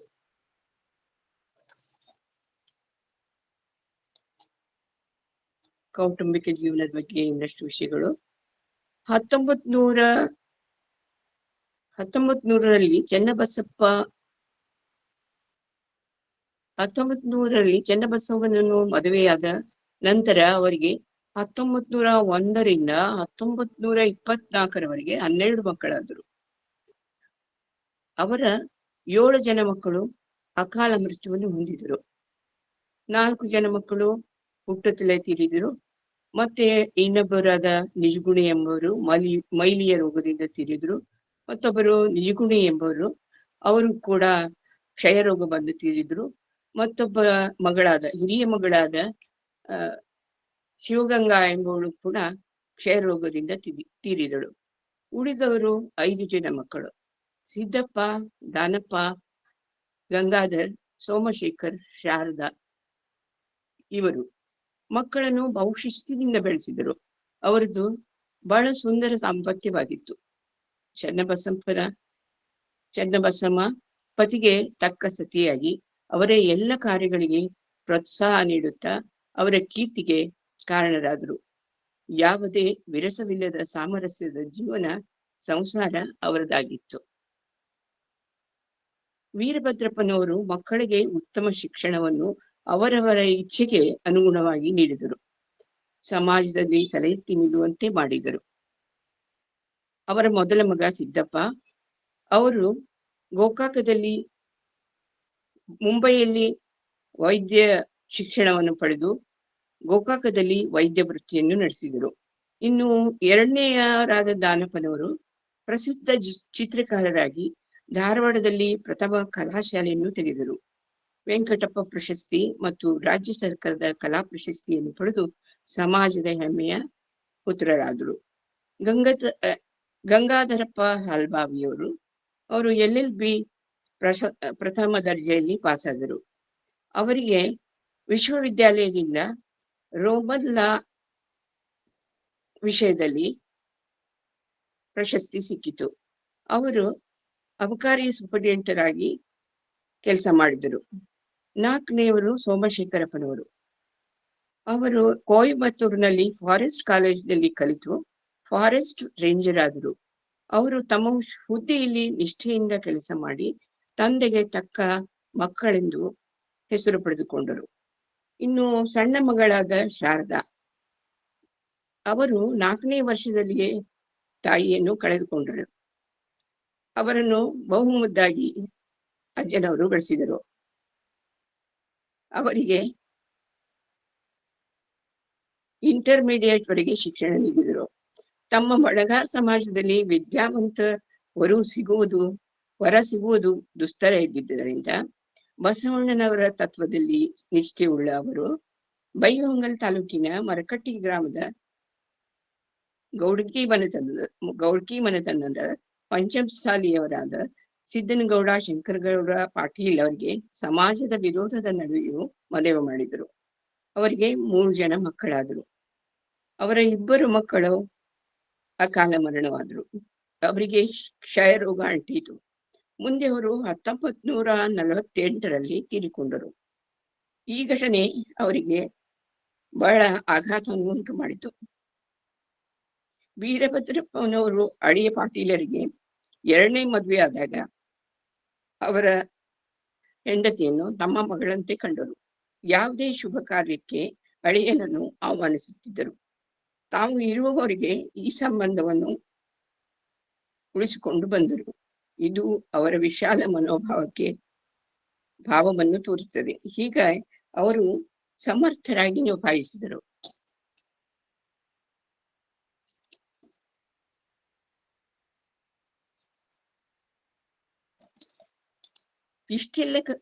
ಇಷ್ಟೆಲ್ಲ ಸಾಮಾಜಿಕ, ಶೈಕ್ಷಣಿಕ, ಧಾರ್ಮಿಕ, ಸಾಹಿತ್ಯಿಕ ಕಾರ್ಯಗಳ ನಡುವೆ ಅದರ ಜೊತೆಯಾಗಿ ತಮ್ಮ ಸಂಸಾರವನ್ನು ನಿಭಾಯಿಸಿದ ರೀತಿ ಅದ್ಭುತ. ಮಕ್ಕಳಿಗೆ ಒಳ್ಳೆಯ ಮನೆತನದ ಹೆಣ್ಣು ಮಕ್ಕಳನ್ನು ತಂದು ಮದುವೆ ಮಾಡಿದರು. ಎಲ್ಲ ಮಕ್ಕಳ ಏಳಿಗೆಗಾಗಿ ಅವರ ಯಾವುದೇ ತೊಂದರೆಗಳಿಗೆ ಬೆನ್ನಾಗಿ ನಿಂತು ಅವರ ಸಮಸ್ಯೆಗಳನ್ನು ನಿವಾರಿಸಿದರು. ಅಷ್ಟಲ್ಲದೆ ಮೊಮ್ಮಕ್ಕಳ ಶಿಕ್ಷಣದ ಬಗ್ಗೆ ಕೂಡ ಕಾಳಜಿ ವಹಿಸಿದರು. ಮೊಮ್ಮಕ್ಕಳ ಮದುವೆಯನ್ನು ಕೂಡ ಮಾಡಿದರು. ಇದೆಲ್ಲವನ್ನು ಹೆಂಡತಿ ಚೆನ್ನಬಸವನವರು ತೀರಿದ ಮೇಲೆ ಜವಾಬ್ದಾರಿಯಿಂದ ವೀರಭದ್ರಪ್ಪನವರು ಮಾಡಿದ ಕೆಲಸ. ಅವರು ಸಂಸಾರದಿಂದ ವಿಮುಖರಾಗದೆ ತಮ್ಮ ಸಮಾಜ ಕಾರ್ಯದ ಜೊತೆಗೆ ಸಂಸಾರ ಕಾರ್ಯಗಳನ್ನು ಅಷ್ಟೇ ಮುತುವರ್ಜಿಯಿಂದ ಮಾಡಿದ್ದು ಅವರು ಸಂಸಾರಿಕ ಶರಣರು ಎನ್ನುವುದರಲ್ಲಿ 2 ಮಾತಿಲ್ಲ. ಅವರ ಸಾಧನೆ ಸಮಾಜಮುಖಿ ಕಾರ್ಯಗಳಿಗೆ ಮಿತಿಯೇ ಇಲ್ಲ. ಅವರ ಅತಿ ಮುಖ್ಯ 3 ಕಾರ್ಯಗಳೆಂದರೆ ವೀರಶೈವರು ವರ್ಣನಾತೀತರು, ಅತಿವರ್ಣೀಯರು ಎಂದು ಸಾಬೀತು ಮಾಡುವುದು. ಈ ವಿಷಯವಾಗಿ ಒಂದು ವ್ಯಾಜ್ಯ ಕೋರ್ಟಿನಲ್ಲಿತ್ತು. ಅದು ಗೋಪಾಲ್ ವಿರುದ್ಧ ಹನುಮಂತ್ ಎಂಬ ವ್ಯಾಜ್ಯ. ಇದರಲ್ಲಿ ಲಿಂಗಾಯತರು ಶೂದ್ರ ವರ್ಣಕ್ಕೆ ಸೇರಿದವರು ಎಂದು ನಿರ್ಣಯಿಸಲಾಗಿತ್ತು. ವಾರದ ಮಲ್ಲಪ್ಪನವರು ಲಿಂಗಾಯತರನ್ನು ಲಿಂಗಿ ಬ್ರಾಹ್ಮಣ ಎಂದು ಪ್ರತಿಪಾದಿಸಿದರು.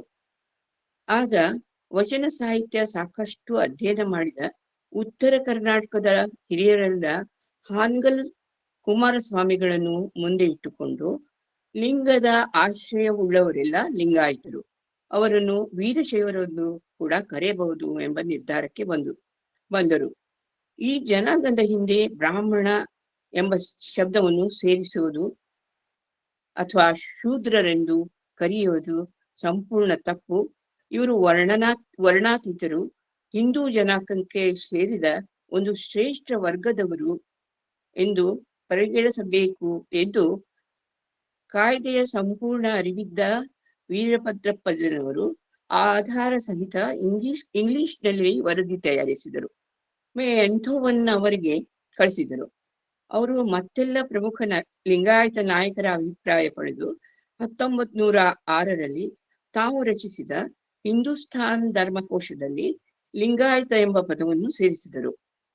ಇದಕ್ಕೆ ಮುಂದೆ ನಿಂತು ಕೆಲಸ ಮಾಡಿದವರು ವೀರಭದ್ರಪ್ಪನವರು. ಎರಡನೇದಾಗಿ ವೀರಶೈವ ಸಂಘಟನೆಗಾಗಿ ಶ್ರೀಮದ್ ವೀರಶೈವ ಮಹಾಸಭೆ ಸ್ಥಾಪನೆ. ಇದು 1904ರಲ್ಲಿ ಹಾನಗಲ್ ಕುಮಾರಸ್ವಾಮಿಗಳ ಸನ್ನಿಧಿಯಲ್ಲಿ ಶ್ರೀಮಂತ ಲಿಂಗಪ್ಪ ಜಾಯಪ್ಪ ಸರದೇಸಾಯಿ ಅವರ ಘನ ವ್ಯಕ್ತಿತ್ವದ ಅಧ್ಯಕ್ಷತೆಯಲ್ಲಿ ವೈಭವದಿಂದ ಧಾರವಾಡದಲ್ಲಿ ನಡೆಯಿತು. ಅದಕ್ಕೆ ಗುರುಬಸಪ್ಪ ಹಳಕಟ್ಟಿಯವರು ಮತ್ತು ವೀರಭದ್ರಪ್ಪನವರು ಕಾರ್ಯದರ್ಶಿಗಳಾಗಿದ್ದರು. ಅದರ ಸಾಧ್ಯತ ವರದಿಯನ್ನು ಅವರು ಸಿದ್ಧಪಡಿಸಿ ಪ್ರಕಟಿಸಿದರು. ಮುಂದೆ ಯಾವ ಸಮ್ಮೇಳನದಲ್ಲಿ ಇಂತಹ ವ್ಯವಸ್ಥಿತ ವಿಸ್ತಾರ ವರದಿ ಬರಲಿಲ್ಲವೆಂದು ಅದು ಮಾದರಿಯ ವರದಿ ಎಂದು ಪ್ರಕಟವಾಯಿತು ಕೂಡ. ಇನ್ನು ವೀರಶೈವ ವಿರಕ್ತ ಮಠಗಳಿಗೆ ಅನುರ್ಜಿತಗೊಳಿಸಿದ ಅಡ್ಡಪಲ್ಲಕ್ಕಿ ಉತ್ಸವ. ಮೊದಲು ವೀರಶೈವ ಮಠಗಳಿಗೆ ಅಡ್ಡಪಲ್ಲಕ್ಕಿ ಉತ್ಸವ ನಡೆಯಿತು. ಅದು ಕೆಲವು ಕಾಲದ ನಂತರ ಸ್ಥಗಿತಗೊಂಡಿತು. ಆ ಒಂದು ವ್ಯಾಜ್ಯ ಕೋರ್ಟಿನಲ್ಲಿತ್ತು. ಅದಕ್ಕೆ ವೀರಶೈವ ಮಠಗಳಿಗೆ ಅಡ್ಡಪಲ್ಲಕ್ಕಿ ಉತ್ಸವ ನಡೆಯಬಾರದೆಂದು ನಡೆಯಬಾರದೆಂದು ಶೃಂಗೇರಿ ಮಠದವರು ವಿರೋಧಿಸಿದ್ದರು. ಉತ್ಸವದ ಹಕ್ಕು ತಂದುಕೊಡುವುದು, ಈ 3 ಕಾರ್ಯಗಳನ್ನು ವೀರಭದ್ರಪ್ಪನವರು ತಮ್ಮ ಮುಂದಾಳತ್ವದಲ್ಲಿ ಯಶಸ್ವಿಯಾಗಿ ನೆರವೇರಿಸಿದರು. ಹೀಗೆ ಅವರು ಮಾಡಿದ ಕಾರ್ಯಗಳು ಅನಂತ. ನಿವೃತ್ತರಾದ ಮೇಲೆ ವೀರಭದ್ರಪ್ಪನವರು ತಮ್ಮ ಸಮಯವನ್ನೆಲ್ಲ ಸಾಹಿತ್ಯ ಸಮಾಜ ಸೇವೆಗಾಗಿ ಮೀಸಲಿಟ್ಟರು. ಅವರ ವ್ಯಕ್ತಿತ್ವದ ಮಹತ್ವವನ್ನು ಅರಿತ ಜನತೆ ಅನೇಕ ಸಂಘ ಸಂಸ್ಥೆಗಳಲ್ಲಿ ಹಿರಿಯ ಸ್ಥಾನವಿಟ್ಟು ಗೌರವಿಸಿದರು. ಯಾವುದೇ ಸಂಸ್ಥೆಯ ಯಾವುದೇ ಸ್ಥಾನವಿದ್ದರೂ ನಿಸ್ಪೃಹತೆಯಿಂದ ಕೆಲಸ ಮಾಡಿ ಅವುಗಳ ಕೀರ್ತಿಯನ್ನು ಹೆಚ್ಚಿಸಿದರು ವೀರಭದ್ರಪ್ಪನವರು. ಇವರು ಸಂಸಾರದಲ್ಲಿಯೂ ಕೂಡ ಅಷ್ಟೇ ಪರಿಶ್ರಮ ಪಟ್ಟವರು. ಕಾರು ಕೊಂಡರು, ಮನೆ ಮಾಡಿದರು, ಸಾಕಷ್ಟು ಆಸ್ತಿಗಳನ್ನು ಕೂಡ ಮಾಡಿ ಮಕ್ಕಳಿಗೆ ಹಂಚಿದರು. ಸಂಸಾರದ ಎಲ್ಲ ಕೆಲಸ ಜವಾಬ್ದಾರಿಯಿಂದ ಪೂರ್ಣಗೊಳಿಸಿದರು.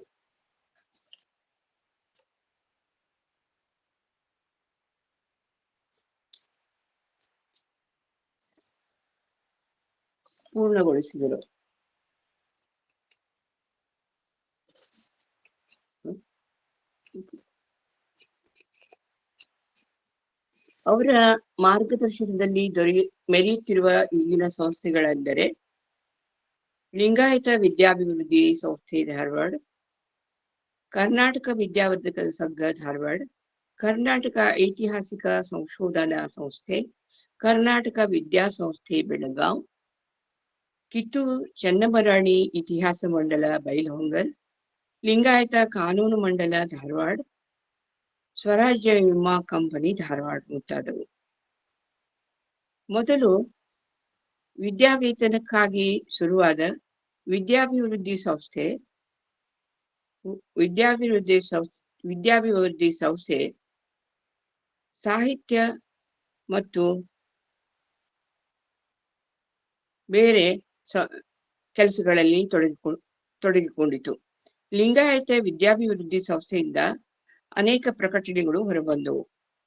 ಭೀಮಕವಿಯ ಚನ್ನಬಸವ ಪುರಾಣ 824 ಪುಟಗಳ ಈ ಬೃಹತ್ ಕೃತಿ ವಿದ್ವಾಂಸರ ಪ್ರಶಂಸೆಗೆ ಕಾರಣವಾಯಿತು. ಇದರ ಹಸ್ತಪ್ರತಿ ಸಿದ್ಧ ಮಾಡಿ ಕೊಡೋದರಿಂದ ಮೊದಲು ಮಾಡಿ ಶೋಧನೆ, ಕಥಾಸಾರ ರಚನೆ, ಶಬ್ದಕೋಶ ರಚನೆ ಅಲ್ಲದೆ ಪ್ರಕಟಣೆಯ ಕೆಲವು ವೆಚ್ಚವನ್ನು ಕೂಡ ವೀರಭದ್ರಪ್ಪನವರು ವಹಿಸಿಕೊಂಡರು. ಇದು ಸಮಾಜದ ಬಗ್ಗೆ, ಸಂಸ್ಥೆಯ ಬಗ್ಗೆ ಅವರಿಗಿದ್ದ ಪ್ರೀತಿ, ಸಾಹಿತ್ಯದ ಬಗ್ಗೆ ಅವರಿಗಿದ್ದ ಆಸಕ್ತಿಯನ್ನು ತೋರಿಸುತ್ತದೆ. ಮುಂದೆಯೇ ಈ ಸಂಸ್ಥೆಯಿಂದ ಪ್ರಭುಲಿಂಗಲೀಲೆ, ಶಬರಶಂಕರ ವಿಲಾಸ, ಹ್ಯಾಂಡ್ ಬುಕ್ ಆಫ್ ವೀರಶೈವಿಸಂ, ಕವಿಕರ್ಣ ರಸಾಯನ, ಗಿರಿಜಾ ಕಲ್ಯಾಣ ಮುಂತಾದ ಉತ್ತಮೋತ್ತಮ ಕೃತಿಗಳು ಪ್ರಕಟಣೆಗೊಂಡವು. ಸಂಸ್ಥೆಯ ಎಲ್ಲ ಪ್ರಕಟಣೆಯಲ್ಲಿ ವೀರಭದ್ರಪ್ಪನ ಯೋಗದಾನ ಅತ್ಯಂತ ಶ್ರಮದಾಯಕ ಮತ್ತು ಅತ್ಯಂತ ಮಹತ್ವದ್ದು.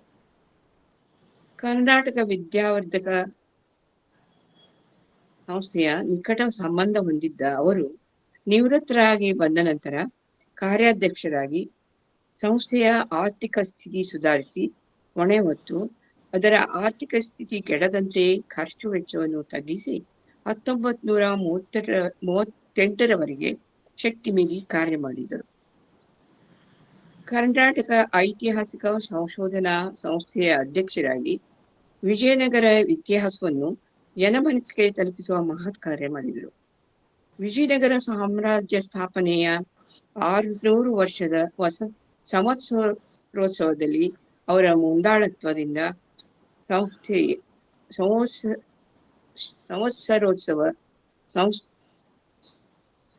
ಅವರ ಮುಂದಾಳತ್ವದಿಂದ ಯಶಸ್ವಿಯಾಯಿತು. ಅವರು ತಮ್ಮ ವೃದ್ಧಾಪ್ಯದಿಂದ ಆ ಸಂಸ್ಥೆಯ ಕಾರ್ಯಗಳನ್ನು ಬಿಡಲು ಕಾರ್ಯದರ್ಶಿಗಳಾದ ಮುಧೋಳ್ಕರ್ ಮತ್ತು ದೇಸಾಯಿ ತಮ್ಮ ಬಳಿ ಇದ್ದ ಸಂಸ್ಥೆಯ 2,000 ರೂಪಾಯಿಗಳನ್ನು ಕೊಟ್ಟು ಮುಂಬೈ ಸರ್ಕಾರದಿಂದ ಅವರು ಕೊಟ್ಟ ಜಾಗದಲ್ಲಿ ಸಂಸ್ಥೆಗಾಗಿ ಒಂದು ಕಟ್ಟಡ ಕಟ್ಟಲು ಸಲಹೆ ನೀಡಿ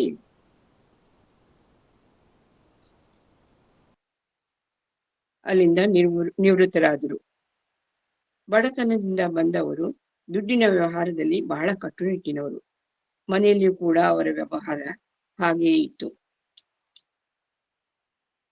ಅವರು 1 ಪೈಸೆ ಕೂಡ ಯಾರಿಂದಲೂ ತೆಗೆದುಕೊಳ್ಳಲಿಲ್ಲ.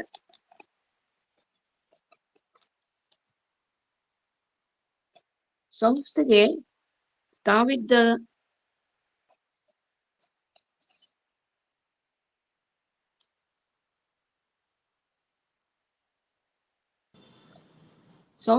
ತಾವಿದ್ದ ಕಾರ್ಯಾಲಯದ ಮನೆ ಬಿಡಬೇಕಾಯಿತು. ಅವರಿಗೆ ಸ್ಥಳ ಇಲ್ಲದೆ ಯಾವ ಕಾರ್ಯ ಮಾಡಲು ಅಸಾಧ್ಯವೆಂದು ಅರಿತ ಅಜ್ಜನವರು ತಮ್ಮ ಮನೆಯ ಒಂದು ಕೋಣೆಯನ್ನು ಅವರಿಗೆ ಬೇಕಾದ ಸಲಕರಣೆಗಳನ್ನು ಕೊಟ್ಟು ಸಂಸ್ಥೆಯನ್ನು ಮುನ್ನಡೆಸುವಂತೆ ಮಾಡಿದರು.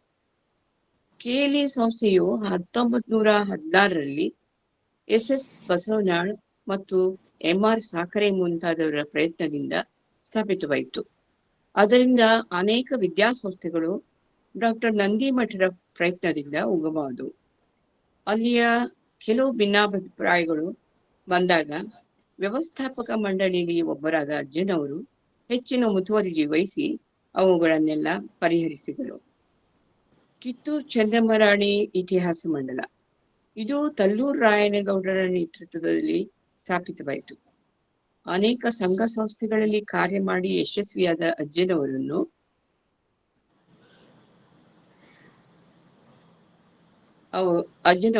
ಅಧ್ಯಕ್ಷರನ್ನಾಗಿ ಆರಿಸಿಕೊಂಡರು. 1946ರಲ್ಲಿ ಈ ಸಂಸ್ಥೆ ಪ್ರಾರಂಭಗೊಂಡಿತು. ಕಿತ್ತೂರಿನ ಇತಿಹಾಸವನ್ನು ಸಂಶೋಧಿಸಿ ಬೆಳಕಿಗೆ ತರುವುದು ಈ ಸಂಸ್ಥೆಯ ಉದ್ದೇಶವಾಗಿತ್ತು. ರಾಣಿ ಚೆನ್ನಮ್ಮ ಸ್ವತಂತ್ರ ಮೊದಲ ಹೋರಾಟಗಾರ್ತಿ. 1824ರಲ್ಲಿ ಬ್ರಿಟಿಷ್ ವಿರುದ್ಧ ಹೋರಾಡಿದ ವೀರ ಮಹಿಳೆ ಎಂದು ದೇಶಕ್ಕೆ ತಿಳಿಸಲು ಈ ಸಂಸ್ಥೆ ಸ್ಥಾಪಿತವಾಯಿತು. ದೊರೆ ಮೊಲ್ಲಸರ್ಜನ ಕಾವ್ಯ, ಪಾರಸಿ ಕಾಗದ ಪತ್ರಗಳು, ಕಿತ್ತೂರು ರಾಜ್ಯೋದಯವೆಂಬ 3 ಕೃತಿಗಳನ್ನು ಹೊರತಂದರು. ಇಲ್ಲಿ ಅವರು ಸಂಶೋಧನೆ ಮಾಡುವಾಗ ತಮ್ಮ ಅಳಿಯ ಪಾಟೀಲರು ಕಿತ್ತೂರು ಮನೆತನದವರೆಂದು ಗೊತ್ತಾಯಿತು. 1900 ಲಿಂಗಾಯತ ಕಾನೂನು ಮಂಡಲ. 1940ರಲ್ಲಿ ಕುಂಭಕೋಣಂನಲ್ಲಿ 14ನೆಯ ಅಖಿಲ ಭಾರತ ವೀರಶೈವ ಮಹಾಸಭೆ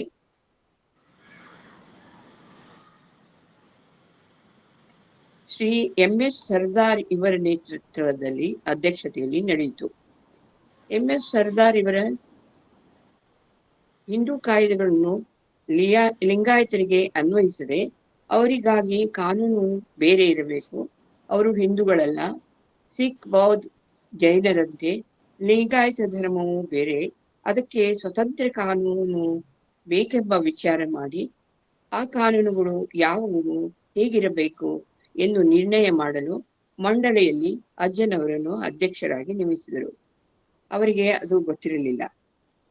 ಆದರೂ ಅವರು ಸಮಾಜ ಪರವಾಗಿ ಕಾರ್ಯ ಮಾಡಲು ಸಮ್ಮತಿಸಿ ಅದರ ರೂಪರೇಷೆಗಳನ್ನು ತಯಾರಿಸಿ ಸರ್ಕಾರಕ್ಕೆ ಕೊಟ್ಟರು. ಲಿಂಗಾಯತ ಧರ್ಮಕ್ಕೆ ಸ್ವತಂತ್ರ ಕಾನೂನಿನ ಅವಶ್ಯಕತೆ ಕುರಿತು ಲೇಖನಗಳನ್ನು ಬರೆದರು. ಲಿಂಗಾಯತ ಮಠಗಳ ಕಾಯ್ದೆಯನ್ನು ಅವರು ಸ್ವತಃ ರಚಿಸಿ ಪ್ರಕಟಿಸಿದರು. ಇದು ಅವರು ಸಮಾಜಕ್ಕೆ ಕೊಟ್ಟ ಬಹುದೊಡ್ಡ ಕಾಣಿಕೆ. ಲಿಂಗಾಯತ ಧರ್ಮದ ವೈಶಿಷ್ಟ್ಯ ಮತ್ತು ಸಮಾಜದ ಜನರ ಹಕ್ಕು ಬಾಧ್ಯತೆಗಳನ್ನು ಉಳಿಸಲು ಅವರು ಅವಿರತವಾಗಿ ಶ್ರಮಿಸಿದರು. ಕಂಪನಿ ಇದನ್ನು ಹಾವೇರಿ ವಕೀಲರಾದ SK ಪಾಟೀಲ್, ಧಾರವಾಡದ MS ಕೇಸರಿ, ಕೊರಡೂರು ಗ್ರಾಮದ VD ಕಲ್ಕೋಟಿಯನ್ನು ಸ್ಥಾಪಿಸಿದರು. ಹಾಲ್ಬಾವಿ ಅಜ್ಜನವರ ಬಳಿ ಬಂದು ಕಂಪನಿಗೆ ಸೇರಲು ಕೇಳಿಕೊಂಡರು. ಮುಗ್ಧರಾದ ಅಜ್ಜನವರು 1,000 ರೂಪಾಯಿಯ 2 ಷೇರುಗಳನ್ನು ಖರೀದಿಸಿದರು. ಅವರನ್ನು ಡೈರೆಕ್ಟರ್ ಬೋರ್ಡಿನ ಅಧ್ಯಕ್ಷರನ್ನಾಗಿ ಮಾಡಿದರು. ಕಂಪನಿಯಲ್ಲಿ ಅವ್ಯವಹಾರ ಸಾಕಷ್ಟಿತ್ತು. ಅಜ್ಜನವರಿಗೆ ಅದೆಲ್ಲ ಗೊತ್ತಿರಲಿಲ್ಲ. ಅಜ್ಜನವರು ಸಂಪೂರ್ಣ ಆಡಳಿತ ನೋಡಿಕೊಳ್ಳಲು ಒಪ್ಪಿಕೊಳ್ಳುತ್ತಾರೆ. ಅಲ್ಲಿ ನಡೆದ ಅವ್ಯವಹಾರಗಳನ್ನು ಸರಿಪಡಿಸಿ ವ್ಯವಸ್ಥಿತವಾಗಿ ಮುನ್ನಡೆಸುತ್ತಾರೆ. 1936ರಿಂದ 41ರವರೆಗೆ ಕಂಪನಿಯ ಹೊಣೆಯಿಂದ ಬಹಳ ತೊಂದರೆ ಅನುಭವಿಸಿದರು. ಅಪವಾದಗಳು ಬಂದವು. ಕಂಪನಿಯ ಮೇಲೆ ವ್ಯಾಜ್ಯ ಹೂಡಿದರು. ಇಲ್ಲಿಯೂ ತಮ್ಮ ಪ್ರಾಮಾಣಿಕ ನಿಲುವಿನಿಂದ ಕಂಪನಿಗೆ ಜಯಗಳಿಸಿಕೊಟ್ಟರು.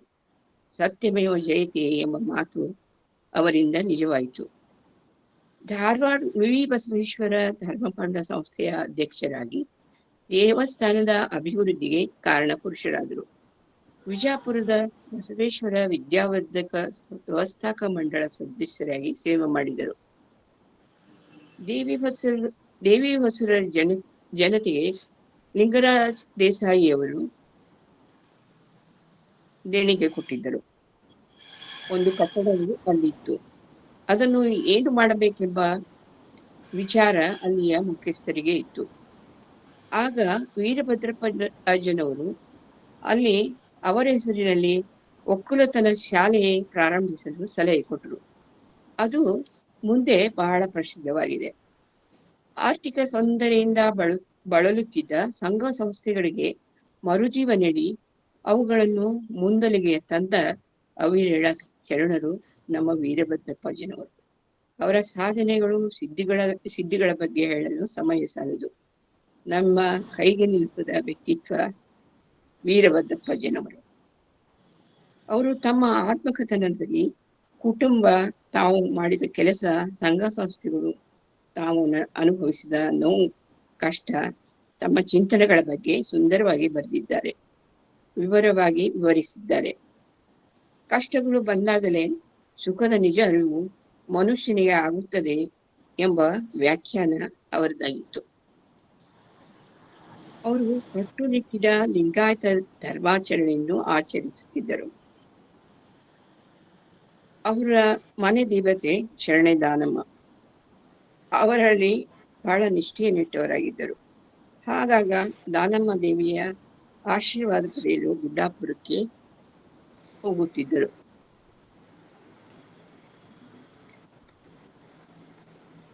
ಇಷ್ಟೆಲ್ಲ ಸಮಾಜ, ಸಾಹಿತ್ಯ, ಧರ್ಮದ ಬಗ್ಗೆ ಕಾರ್ಯ ಮಾಡಿದ ವೀರಭದ್ರಪ್ಪನವರಿಗೆ ತಾವು ಕೃತಿಗಳನ್ನು ಬರೆಯಬೇಕು, ಪ್ರಕಟಿಸಬೇಕು ಎಂಬ ಹಂಬಲ ಇತ್ತು. ಅದನ್ನು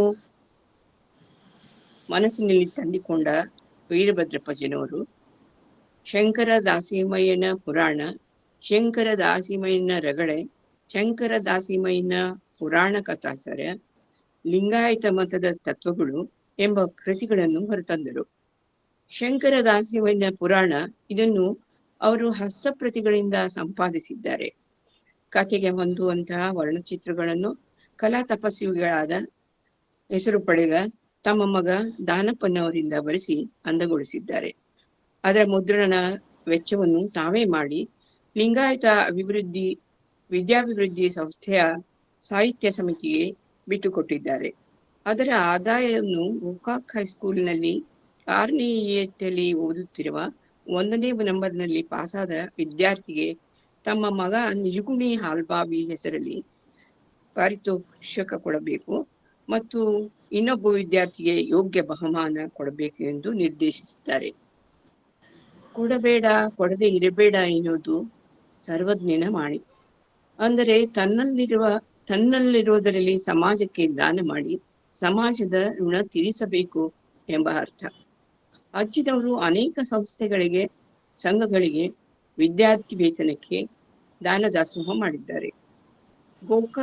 ಗೋಕಾವಿ ಹೈಸ್ಕೂಲ್ ಕಟ್ಟಡಕ್ಕೆ 500 ರೂಪಾಯಿ, ಮುರುಘಾ ಮಠದ ಒಂದು ಕೋಠಡಿ ಕಟ್ಟಿಸಲಿಕ್ಕೆ ಹೆಂಡತಿಯಾದ ಚೆನ್ನಬಸಮ್ಮನವರ ಹೆಸರಿನಲ್ಲಿ 650 ರೂಪಾಯಿ, ತಂದೆಯ ಹೆಸರಲ್ಲಿ ಬೆಳಗಾವಿಯ ಲಿಂಗರಾಜ್ ಕಾಲೇಜಿನ ಒಂದು ಕೋಠಡಿ ಕಟ್ಟಿಸಲು 1000 ರೂಪಾಯಿ, 1000 ರೂಪಾಯಿ, ಅಲ್ಲಿಯೇ ಲಿಂಗಾಯತ ವಿದ್ಯಾರ್ಥಿನಿಯರ ಸಹಾಯಕ್ಕೆ ತಾಯಿಯ ಹೆಸರಲ್ಲಿ 2000 ರೂಪಾಯಿ, ಹುಬ್ಬಳ್ಳಿಯಲ್ಲಿ ಹರಿಜನ ವಸತಿ ಗೃಹ ಭೂಕಂಪನಿಗೆ 500 ರೂಪಾಯಿ, ಶೂನ್ಯ ಸಂಪಾದನೆ ಕೃತಿ ಪ್ರಕಟಣೆಗೆ ಫಗು ಹಳಕಟ್ಟಿಯವರಿಗೆ 500 ರೂಪಾಯಿ, ಶಂಕರ ದಾಸಿಮಯ್ಯನ ಪುರಾಣ ಪ್ರಕಟಣೆಗಾಗಿ 700 ರೂಪಾಯಿ. ಉತ್ತಂಗಿಯವರ ಅನುಭವ ಮಂಟಪದ ಐತಿಹಾಸಿಕತೆ ಈ ಪ್ರಕಟಣೆಗೆ 300 ರೂಪಾಯಿ. ಮೂಳಿಗೆಯ ಮಾರಯ್ಯ ಪುರಾಣ ಪ್ರಕಟಣೆಗೆ 500 ರೂಪಾಯಿ. ಈಗ ತಮ್ಮ ಕೈಲಾದಷ್ಟು ಸಮಾಜಕ್ಕಾಗಿ, ಸಾಹಿತ್ಯಕ್ಕಾಗಿ ದಾಸೋಹ ಮಾಡಿದ್ದಾರೆ. ಹೀಗೆ ಅವರು ಅನೇಕ ಲೇಖನ, ಪ್ರಸ್ತಾವನೆ, ಮುನ್ನುಡಿಗಳನ್ನು ಸಹ ವಿದ್ವತ್ಪೂರ್ಣವಾಗಿ ಬರೆದರು. ಆ ಸಂಕಲನವೇ ಒಂದು ಹೊತ್ತಿಗೆ ಅಥವಾ ಗ್ರಂಥವಾಗಿ ಪ್ರಕಟಣೆಗೆ ಯೋಗ್ಯ ಆಗಿದೆ ಎಂದು ನನಗನಿಸುತ್ತದೆ. ಇಂಗ್ಲಿಷ್ನಲ್ಲಿ ಕೂಡ ಲೇಖನಗಳನ್ನು ಬರೆದು ಧನ್ಯರಾದರು.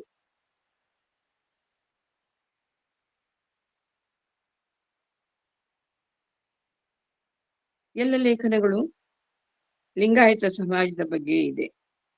ಉದಾಹರಣೆಗೆ ದ ಓಸ್ of Basavanna, Guddapura Danamma, revival of Lingayat culture ಮುಂತಾದವು. ಹೀಗೆ ಅವರು ಮಾಡಿದ ಕಾರ್ಯಕ್ಕೆ ಎಣಿಯೇ ಇಲ್ಲ.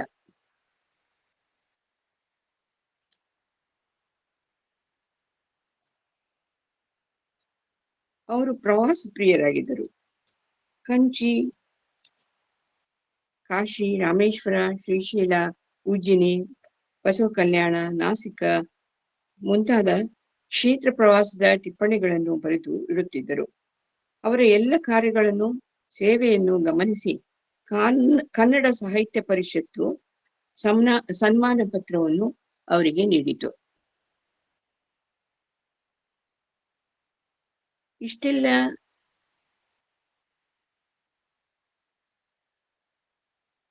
ಇಂತಹ ಸರಳ ಜೀವಿ, ಶರಣ, ಸಮಾಜ ಪ್ರೇಮಿ, ಸಾಹಿತ್ಯ ಪ್ರೇಮಿ ಅಜ್ಜನವರು ಆ ಸನ್ಮಾನವನ್ನು ಸ್ವೀಕರಿಸಿ ಮಾತನಾಡಿದ ರೀತಿ ಬಹಳ ವಿನಯಶೀಲದ್ದು.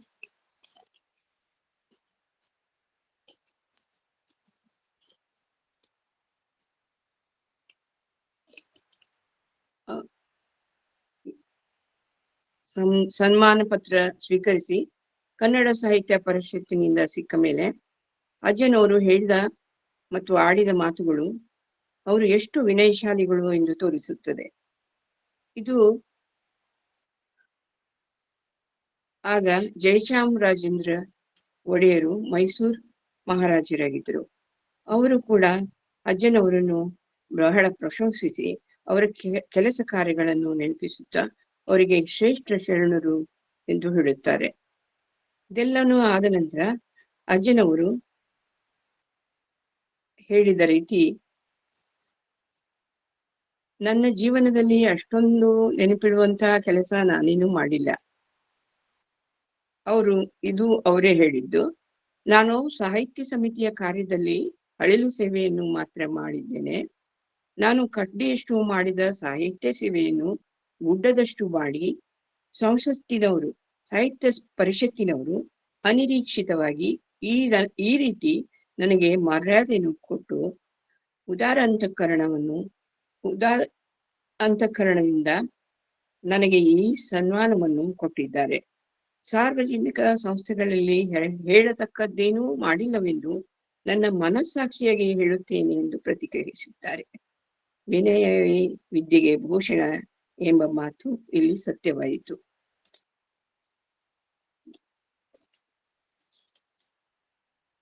ಅಜ್ಜನವರಿಗೆ ಅನಾರೋಗ್ಯ ಸಣ್ಣವರಿಂದ ಇದ್ದಾಗಲೇ ಕಾಡುತ್ತಿತ್ತು. ಅವರು ಕಣ್ಣಿನ ದೌರ್ಬಲ್ಯ, ಅಜೀರ್ಣ, ಹೊಟ್ಟೆ ನೋವು ಅವರನ್ನು ಸದಾ ಜೊತೆಗಿಟ್ಟುಕೊಂಡಿದ್ದವು. ಅವುಗಳ ಸಲುವಾಗಿ ಅವರು ಯಾವಾಗಲೂ ಚಿಕಿತ್ಸೆಗೆ ಒಳಗಾಗುತ್ತಿದ್ದರು. ಅವರು ಹೆಚ್ಚಾಗಿ ನಿಸರ್ಗ ಚಿಕಿತ್ಸೆಯನ್ನು ಮಾಡುತ್ತಿದ್ದರು. ಅವರು ಮಕ್ಕಳಿಗೂ ಸಹ ನಿಸರ್ಗ ಚಿಕಿತ್ಸೆಗಳಿಗಾಗಿ ನಿಸರ್ಗ ಚಿಕಿತ್ಸೆಗಳಿಗೆ ಒಲವು ತೋರುತ್ತಿದ್ದರು. ಹೀಗೆ ಅವರು 82 ವರ್ಷ ರೋಗಗಳನ್ನೇ ಹೋರಾಡುತ್ತಾ, ಸಂಘ ಸಮಾಜಗಳ ಸೇವೆ ಮಾಡುತ್ತಾ, ಸಂಸಾರದಲ್ಲಿ ಪರಿಪೂರ್ಣ ತಮ್ಮ ಸೇವೆಯನ್ನು ಸಲ್ಲಿಸುತ್ತಾ ಸಾರ್ಥಕ ಶರಣ ಜೀವನ ಕಳೆದರು. ಅವರು 1701 1959ರಲ್ಲಿ ಬಯಲಿನಲ್ಲಿ ಬಯಲಾದರು. ಅವರು ಲಿಂಗೈಕ್ಯರಾದಾಗ ಪೂಜ್ಯ ಮೃತ್ಯುಂಜಯಪ್ಪಗಳು ಅವರ ತಲೆಯ ಮೇಲೆ ಪಾದಗಳನ್ನಿಡದೆ ಕೈಯಿಂದ ಅವರಿಗೆ ಆಶೀರ್ವಾದ ಮಾಡಿ ಅವರೊಬ್ಬ ಮಹಾಶರಣ ಎಂದು ನುಡಿದರು. ವೀರಭದ್ರಪ್ಪನವರು ತಮ್ಮ ಸಮಾಧಿಯನ್ನು ನಮ್ಮ ತೋಟದಲ್ಲಿ ಆಗಬೇಕೆಂದು DC ಅವರಿಂದ ಅನುಮತಿಯನ್ನು ತಾವು ಇದ್ದಾಗಲೇ ಪಡೆದುಕೊಂಡಿದ್ದರು.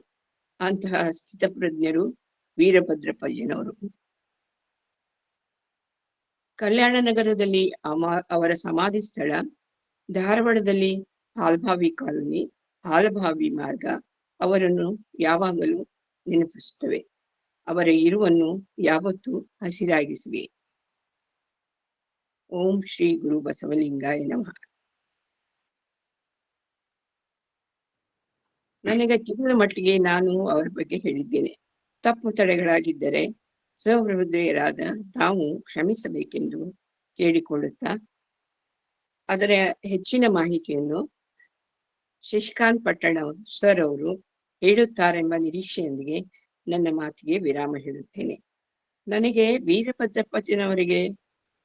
ಅಜ್ಜನವರ ಬಗ್ಗೆ ಹೇಳಲು ಅವಕಾಶ ಕೊಟ್ಟ ಅಕ್ಕನ ಅರಿವು ಕೂಟ ವಚನ ಅಧ್ಯಯನ ವೇದಿಕೆ ಎಲ್ಲ ಶರಣ ಬಳಗಕ್ಕೆ ಧನ್ಯವಾದಗಳು.